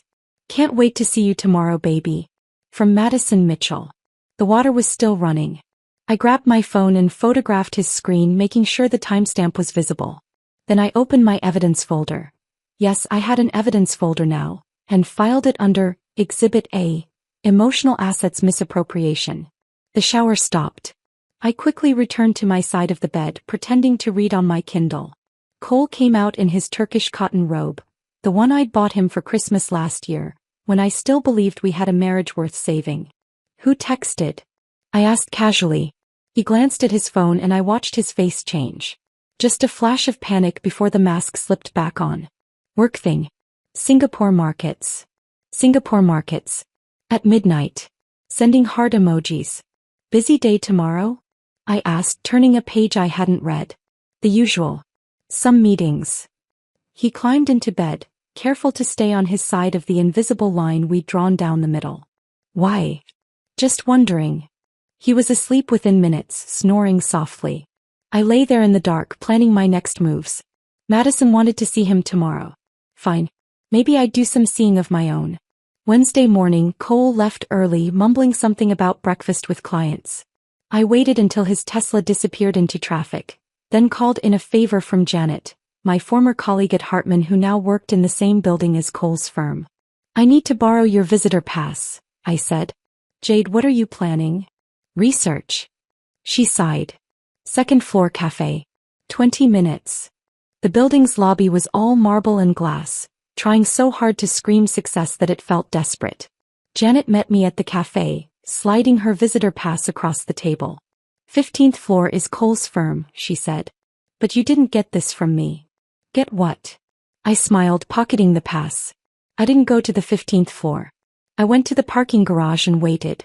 Cole's Tesla had a reserved spot, P47, right next to P48, which belonged to a familiar white BMW with vanity plates.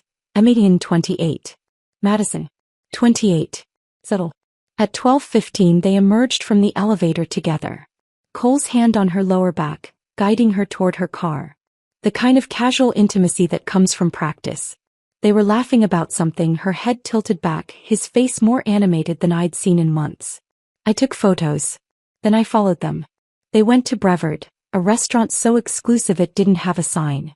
The kind of place Cole used to take clients he was trying to impress. Now apparently it was where he took his assistant for meetings. I was sitting in my car reviewing the photos when someone tapped on my window. I nearly jumped out of my skin. Victoria Pemberton stood there in her St. John's suit and pearls, looking like old money and new judgment combined. Cole's mother. My mother-in-law. The woman who'd never quite approved of me but had been too polite to say so directly. I rolled down the window. Following my son? She asked, but there was no accusation in her voice. Just curiosity. Victoria, I can explain. No need. She opened my passenger door and slid in, bringing with her a cloud of Chanel No. 5. I was at Brevard myself. Library Foundation lunch. Imagine my surprise seeing Cole with his assistant. We sat in silence for a moment. I know about Madison, dear, Victoria said finally. Have known for months. My stomach dropped. Why didn't you tell you? She turned to look at me directly. Because Cole's father had his own Madison once. Her name was Jennifer. 26, marketing coordinator, thought she was in love. Victoria's smile was sharp as winter. I handled it differently than you're handling this. What did you do? I stayed quiet. Played the perfect wife. Let him have his fun. She adjusted her pearl necklace. Then Jennifer got pregnant. William paid her to disappear, but the damage was done. The board found out. His reputation never recovered. I'm sorry, Victoria. Don't be. I got everything in the end. The houses, the investments, the company shares. She studied me with new interest. But your way, all this documentation, the contracts, the digital warfare Emma told me about. Emma talked to you? She called yesterday. Worried about you. But I told her not to be. Victoria smiled, and for the first time since I'd known her, it reached her eyes. Your way might be more effective. Certainly more interesting. She opened her purse and pulled out a flash drive. What's this? Security footage from the Pemberton building. 6 months worth. Amazing how often Madison had to work late. How often Cole had to supervise. He pressed it into my hand. Call it a wedding gift. 8 years delayed. I stared at the flash drive in my hand, this small piece of plastic that felt heavier than my wedding ring ever had. Victoria was still watching me, her expression unreadable behind those perfectly applied cosmetics that probably cost more than most people's car payments. "Why are you helping me?" I asked. "Because," she said, checking her Cartier watch, "Cole is making the same mistakes his father made, but with less style and even less discretion. At least William had the sense to be subtle." She opened her door then paused. "I'm coming for tea tomorrow. Have Earl Grey ready." She left me sitting there, holding evidence I hadn't even asked for, from a woman who'd spent 8 years making me feel like an interloper in her son's life. Thursday afternoon, Victoria arrived precisely at 2, wearing a different St. John's suit but the same expression of mild disappointment she'd perfected over decades of charity boards and country club politics. Cole was at the office, or wherever he actually spent his afternoons now. "Earl Grey?" I asked, already knowing the answer. "Please." I went to the kitchen and returned with my laminated price list, the one I'd created after Cole's 50-50 declaration. "That'll be $12. Includes preparation, service, and cleanup." Victoria's perfectly shaped eyebrows rose slightly. She opened her Hermes wallet, not the everyday one but the special occasion piece that probably cost more than my car, and counted out exactly $12 in singles. Her manicured fingers trembled slightly, not with rage as I'd expected, but with what looked like suppressed laughter. $12, she said, placing the bills on the coffee table. "For tea. Cole's policy. I'm just following the rules he established." "Indeed." She maintained eye contact with an intensity that could freeze champagne. "Make the tea, dear. We need to talk." When I returned with the Earl Grey, properly steeped china cup, the whole ceremony she'd trained me in, Victoria had spread documents across my coffee table. Old documents, yellowed at the edges, some handwritten in fountain pen. 1987, she said, lifting a credit card statement. "William started his own restructuring of our marriage. Said I'd become too dependent, too comfortable." Sound familiar? I sat down, careful not to disturb the papers. The statement showed charges to hotels, restaurants, jewelry stores. None of them for Victoria. Jennifer, Victoria continued, was 26. Marketing coordinator at his firm. Blonde, ambitious, thought she was special. She sipped her $12 tea. "They always think they're special." "How did you find out?" "Credit card statements first. Then private investigator." This was before cell phones, dear. Following people required actual skill.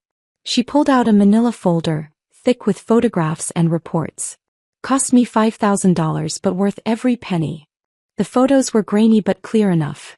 William Pemberton, looking exactly like an older version of Cole, with a young woman who could have been Madison's older sister. "What did you do?" I asked. "Nothing at first. I let him think he was clever. Let him make mistakes. And he did, so many mistakes." She smiled, sharp as winter moonlight. "Then I started moving money." "Moving money?" William thought he controlled our finances. He was the businessman after all. But I'd been managing my father's estate since I was 21. I knew more about offshore accounts and asset protection than William ever bothered to learn. She pulled out another document. By the time he asked for a divorce, I'd already moved 70% of our liquid assets into trusts he didn't know existed. "That's brilliant, vindictive, necessary." Victoria shrugged. "It was survival. But you're doing something different. Something smarter." She pulled out a thick legal document, pages tagged with colored tabs. "This is William's prenuptial agreement template. The one Cole used for yours with modifications." I took the document, scanning through familiar language until she pointed to a specific section. Section 17B. William insisted on this, financial deception affecting marital assets. He thought it would protect him if I ever hid money. Her laugh was bitter. Instead, it became his downfall. Jennifer got pregnant. He paid her to disappear. That payment constituted financial deception affecting marital assets. And Cole kept this clause? Modified it, expanded it, made it even more comprehensive. Victoria turned to the marked page. "Any undisclosed financial transaction over $5,000 that affects marital assets or stability can trigger immediate forfeiture of claims. $30,000 to Madison over 6 months. All documented. Victoria, this is your ammunition. Use it wisely." She stood, gathering specific documents while leaving others. Keep these. The originals are in my safe deposit box if you need them for court. Why are you really doing this? He paused at the door. Because I spent 30 years pretending my marriage was perfect while William humiliated me with younger women. You're not pretending. You're fighting. And frankly, she smiled again, that sharp winter smile, it's about time someone in this family fought back properly. After she left, I went to Cole's home gym. His sacred space where he pretended to work out while actually taking conference calls. Victoria's words echoed, check everywhere. His gym bag sat in the corner, the expensive leather one I'd given him last birthday. I emptied it methodically.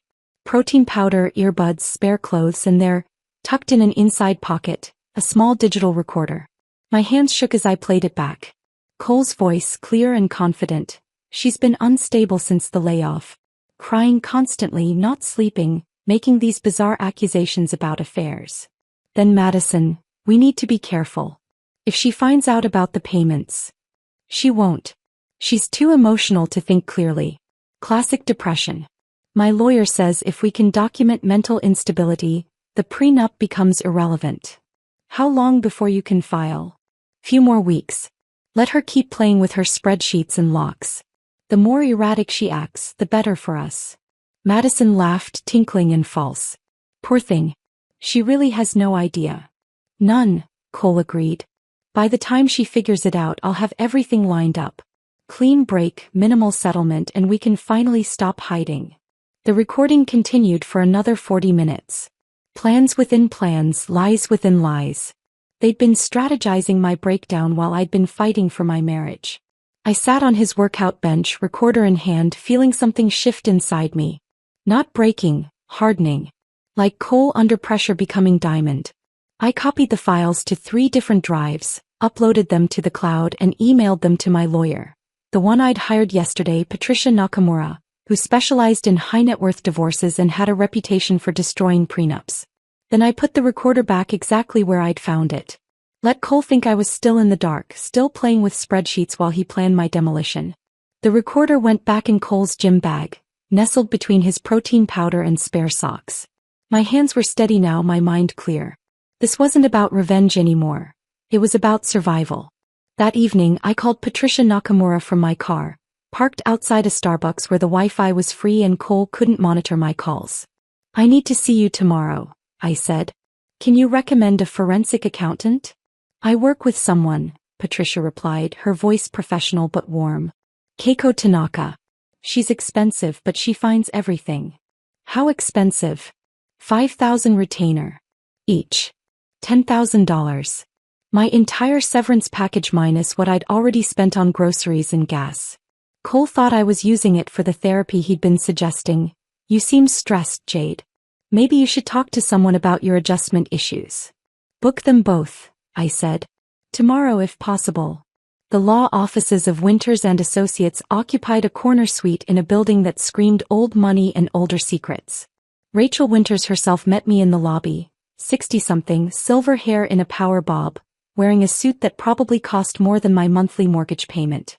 Patricia says you have an interesting case, she said, leading me to a conference room where Patricia Nakamura waited with another woman, Keiko Tanaka, I assumed. I spread everything on the table. The contracts, the flash drive from Victoria, the recordings, the financial documents, my own detailed spreadsheets tracking 8 years of uncompensated labor. Rachel whistled low. He actually signed this 50-50 agreement? His idea. Had his lawyer draft it. And these recordings? Found them yesterday. He's been planning to claim I'm mentally unstable. Keiko was already deep in the financial statements, her fingers flying across her calculator. These MGM consulting payments, they're just the beginning. Look here. She pointed to a series of transfers. He's been moving money for 2 years. Cayman accounts, Swiss-numbered accounts. Not illegal, but definitely violates any reasonable interpretation of financial transparency in a marriage. Can you trace it all? Give me a week, Keiko said. Maybe less. Patricia pulled up Cole's firm website on her laptop. Pemberton Capital. His father's company. Cole's a senior partner now, I said. And Madison Mitchell is listed as executive strategic consultant. Patricia noted. Interesting title for someone with 3 blog posts about manifestation. Rachel leaned back in her chair, a predatory smile spreading across her face. The prenup has a financial deception clause. Section 17B. Any undisclosed financial transaction over $5,000 that affects marital assets triggers forfeiture. $30,000 to Madison so far, I said. Plus whatever Keiko finds in those offshore accounts. Rachel's smile widened. Your husband just handed us a gift. We spent 3 hours building the strategy. Keiko would trace every penny. Patricia would document the pattern of deception. Rachel would prepare the filing that would destroy Cole's carefully constructed exit plan. One more thing, Rachel said as we finished. Document everything from now on. Every conversation, every transaction, every time he breathes wrong. And Jade, be careful. Cornered animals get dangerous. Saturday morning, Cole left for Boston. A weekend conference he claimed, though I'd seen the hotel confirmation email on his phone. The Ritz-Carlton, 2 rooms booked. MGM Consulting must need extensive strategic consultation. An hour after his Tesla disappeared, the doorbell rang. Madison Mitchell stood in my hallway, all 5'9" of her, wearing designer jeans and confidence like armor. I need to get some work files from Cole's office, she said, already stepping forward like she owned the place. He's in Boston, I said, not moving from the doorway. I know. He gave me permission to. No. She blinked, clearly not used to being refused. Excuse me. No, you can't come in. If Cole wants to give you files, he can do it himself. At the office. During business hours. Her perfectly glossed lips tightened. You don't understand. These are important documents for Monday's meeting. Then Cole should have remembered them. I started to close the door. She put her hand against it, forcing it open. Look, I don't think you understand the situation here. I pulled out my phone, already recording. Explain it to me. Maybe it was my calm tone, or maybe she was just that confident, but Madison stepped closer, lowering her voice to a whisper that my phone still caught perfectly. Cole promised me this place would be mine soon. So maybe you should start packing now, save yourself the embarrassment later. How soon? I asked, keeping my voice steady. Few weeks, maybe less. Depends how quickly his lawyer can prove you're unfit. She smiled, all teeth and no warmth. The crying, the paranoid behavior with the locks and contracts. It's all documented. Mental instability due to job loss. Classic case. Is that what Cole told you? It's what everyone can see.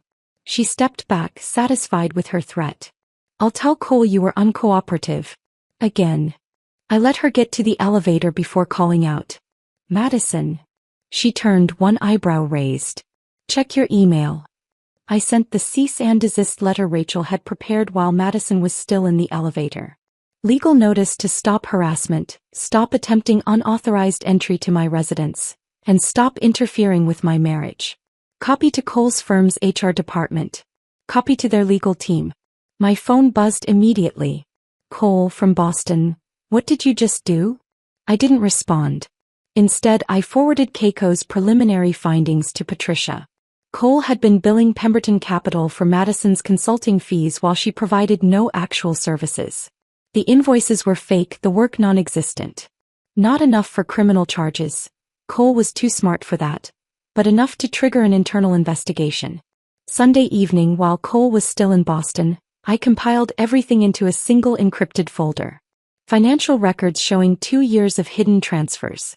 Recording of him planning to claim mental instability. Madison's confession about taking the apartment. Victoria's evidence of the pattern. Father and son, same playbook, 30 years apart. The investigation had revealed one final detail that even surprised Keiko. Cole had taken out a $2 million life insurance policy on me 6 months ago. I was unemployed, supposedly unstable, and worth more dead than divorced. Rachel called that evening. We file tomorrow. Be ready. I sat in my divided living room, my warm lights glowing against his cold blue ones, and thought about the woman I'd been 8 years ago. The one who'd signed that prenup thinking it would never matter because our love was real. The one who'd made his coffee every morning because taking care of him felt like love. That woman was gone. In her place sat someone harder, smarter, and infinitely more dangerous. Someone who'd learned that when your husband treats marriage like a hostile takeover, You better be ready to fight like a corporate raider. My phone buzzed at 3 a.m. Monday morning. Rachel's text, filed. Game on. I didn't sleep after that. Instead, I sat at my kitchen table watching the sunrise paint Lake Michigan gold while reviewing my notes for tonight. The quarterly partners' dinner at Pemberton Capital. The one event where spouses were not just invited but expected. Cole had forgotten to remove me from the guest list. By the time Cole stumbled into the kitchen at 7, I was already dressed. Not for war but for victory. The black Valentino dress I'd bought myself after my last promotion at Hartman, the one Cole said made me look too powerful for social events. Coffee's not working again, he muttered, jabbing at his machine. Try reading the manual, I suggested, applying lipstick in the hallway mirror. I hear self-sufficiency builds character. He glared at me, then noticed the dress. Where are you going?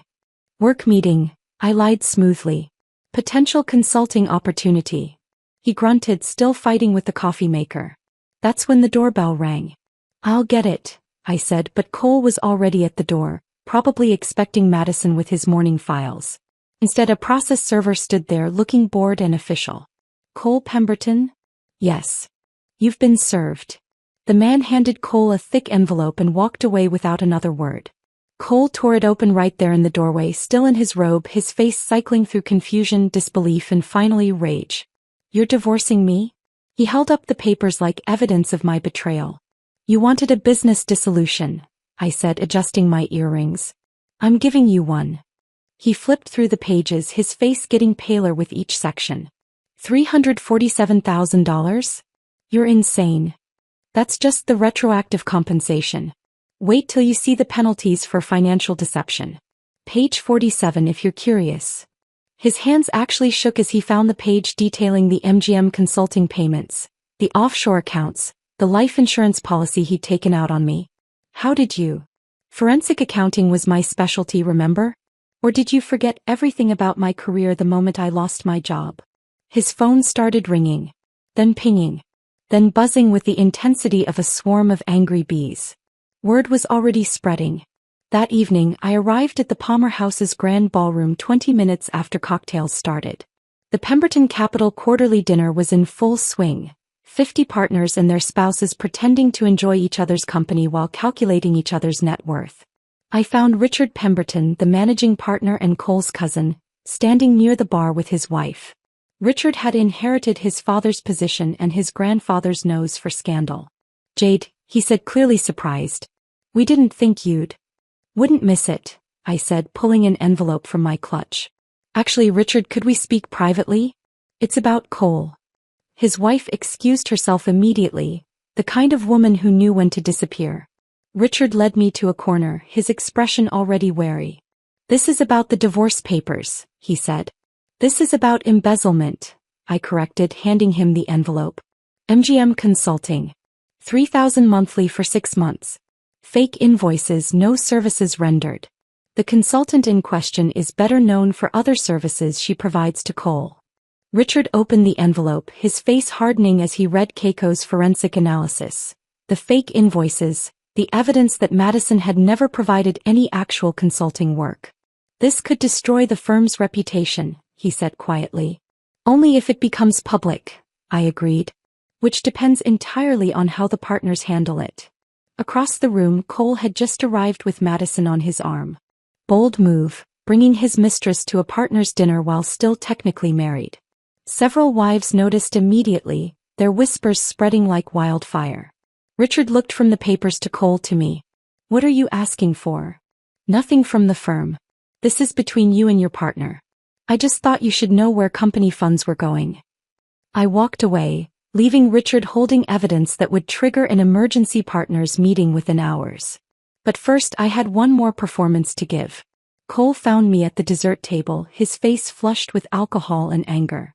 Madison hung back, suddenly less confident in a room full of wives who knew exactly what she was. You're destroying everything, he hissed. I'm documenting everything, I corrected, loud enough for nearby partners to hear. There's a difference. This is my father's firm. Victoria's voice cut through the air like ice. She stood in the doorway, magnificent in Chanel, flanked by a man in a suit that screamed legal counsel. It was your father's firm. Before you dishonored his memory with your sloppy affair and sloppier embezzlement. The room went silent. Madison actually stepped behind Cole like he could shield her from Victoria's Arctic presence. "Mother," Cole started. "I'm here in my capacity as trustee of the Pemberton Family Trust," Victoria continued, her voice carrying to every corner of the ballroom. "To inform you that effective immediately, you're removed from the board for conduct unbecoming a Pemberton. You can't." "I can. I am. I have." He turned to Richard. "I believe you have an announcement as well?" Richard cleared his throat. "The partners will be meeting tomorrow to discuss Cole's position at the firm. Until then, he's suspended pending investigation of financial irregularities." Cole's phone exploded with notifications. Email after email from colleagues, clients, connections, all distancing themselves from his radioactive reputation. He stood there in his designer suit, holding his dying career in his hand while his mistress edged toward the exit. "Your father would be appalled," Victoria said, and her voice carried a lifetime of disappointment. "Not at the affair, God knows William had plenty. But at how poorly you executed it. Fake invoices? Really? At least your father's mistresses could type." Madison fled. Actually ran from the ballroom in her designer heels, leaving Cole standing alone in a room full of people who'd known him since childhood, all of them now seeing him for exactly what he was. I picked up my clutch and walked past him, pausing just long enough to whisper, "Check your email." The message from my lawyer was simple. "Settlement conference scheduled for Thursday. Bring your checkbook." The managing partner's email to all partners arrived while I was in the elevator. "Emergency meeting tomorrow, 8 a.m. Mandatory attendance." By the time I reached the lobby, Cole's career at his father's firm was over. 8 years of marriage destroyed by his own greed. A lifetime of reputation demolished by his own deception. The elevator doors closed on my old life, and I walked out of the Palmer House into the Chicago night feeling something I hadn't felt in months: free. My phone vibrated with messages from people who'd witnessed Cole's public demolition, but I didn't read them. Tomorrow would bring its own battles. Tonight I just wanted to breathe. Thursday's settlement conference took place in a mediator's office that looked like it was designed to drain the fight out of people. Beige walls, uncomfortable chairs, and fluorescent lighting that made everyone look sick. Cole sat across from me with his new lawyer, some overworked public defender type who probably charged by the hour what Cole used to spend on lunch. "My client is prepared to offer," the lawyer began. "My client's terms are non-negotiable," Rachel interrupted, sliding our demand across the table. "The penthouse, half of all assets including offshore accounts, and $347,000 in retroactive compensation." Cole's lawyer whispered urgently in his ear, probably explaining that a public trial would expose the embezzlement, the affair, the life insurance policy, everything. "This is extortion," Cole said, his voice hoarse. He'd lost weight, his suit hanging loose on his frame. "This is mathematics," I said, using his favorite phrase one last time. "Sign it or we go to trial." He stared at me across the table, and for a moment I saw the man I'd married. Brilliant, confident, convinced the world was his to conquer. Then that man crumbled and he picked up the pen with a trembling hand. His signature was shaky, nothing like the bold strokes he'd used on our marriage contract. As he signed away the penthouse, the assets, the life he'd built on his father's money and my invisible labor, I felt nothing. No triumph, no sadness, just a hollow recognition that 8 years had come down to this. Signatures on paper just like they'd begun. 3 months passed in a blur of boxes and paperwork. I kept the penthouse but redecorated, removing every trace of Cole's cold minimalism. Emma helped, bringing warmth with second-hand furniture that had actual character, plants that made the space feel alive, artwork from local artists instead of investment pieces. One morning, Emma texted me a screenshot from Madison's Instagram. I was drinking coffee from a mug that said, "World's okayest ex-wife." Emma's housewarming gift, when I read Madison's post. Dating in Chicago is impossible. This guy actually invoiced me for half our dinner date. He calculated tax and tip down to the penny. Then charged me for his gas to pick me up. Why are men so cheap?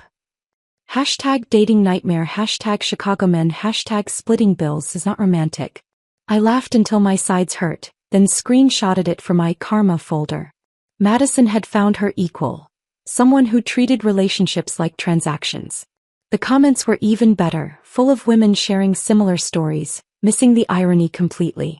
That screenshot became the inspiration for my next chapter.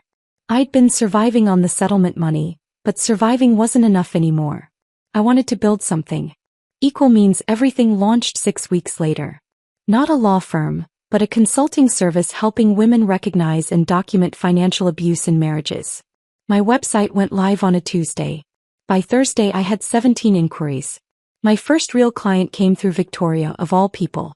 Senator Catherine Walsh, whose husband controlled every penny while she ran his campaigns, raised his children and smiled for his photo ops. She sat in my home office, formerly Cole's gym, crying into tissues while showing me 20 years of financial manipulation. He says it's for tax purposes, she explained, but I can't even buy groceries without his approval. Let me show you something, I said, pulling up my own documentation. This was my marriage. This is how I proved it. This is how you build your case. Catherine became my success story. Within 4 months she had her own accounts, her own credit cards, and a post-nuptial agreement that would make Cole's prenup look like a kindergarten contract.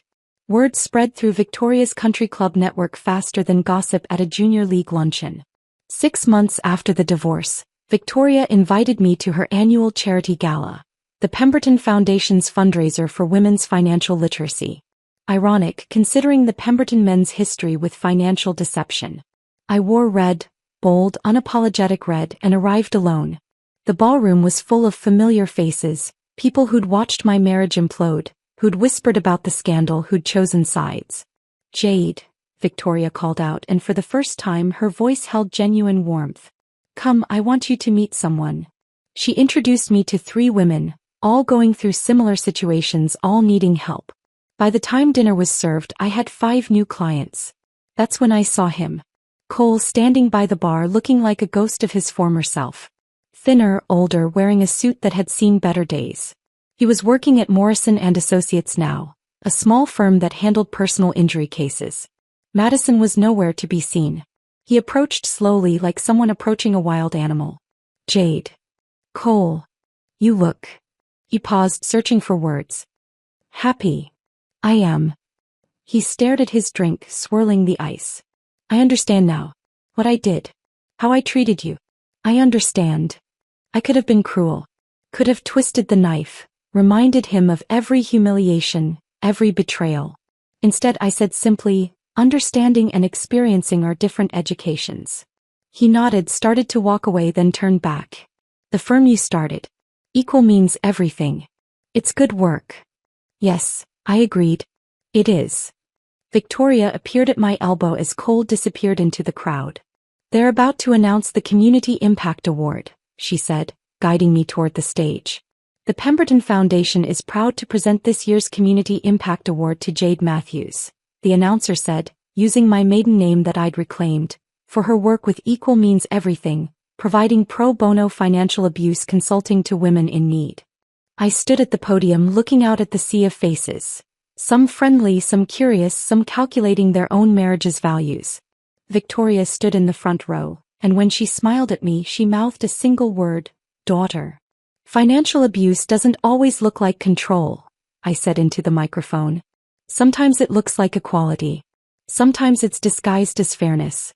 Sometimes it comes with a spreadsheet and a laminated contract. But abuse is abuse, whether it's calculated in dollars or delivered in bruises." The room was silent.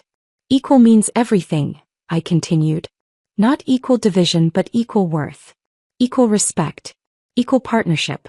That's what we help women find, not just their financial freedom, but their understanding that they deserve both love and respect, not one or the other." The applause was genuine, warm, real. As I walked back to my table, award in hand, I caught a glimpse of myself in the ballroom mirror. The woman looking back wasn't the one who'd signed that contract with Cole's expensive pen. She wasn't the one who'd made his coffee every morning for 8 years. She was someone entirely new. Someone who'd learned that the best revenge isn't destroying someone else. It's building something better from the ashes they left behind. My phone buzzed. Another inquiry through my website. Another woman needing help. Another chance to turn someone's 50-50 nightmare into a new beginning. I smiled, thinking about Cole in his small apartment, probably eating takeout from containers, finally experiencing the self-sufficiency he'd preached. Me. I was experiencing something better. Freedom. If this story of calculated revenge had you glued to your screen, hit that like button right now. My favorite part was when Jade charged Victoria $12 for tea service, watching Cole's mother count out exact change with trembling fingers. What was your favorite moment of sweet revenge? Drop it in the comments below.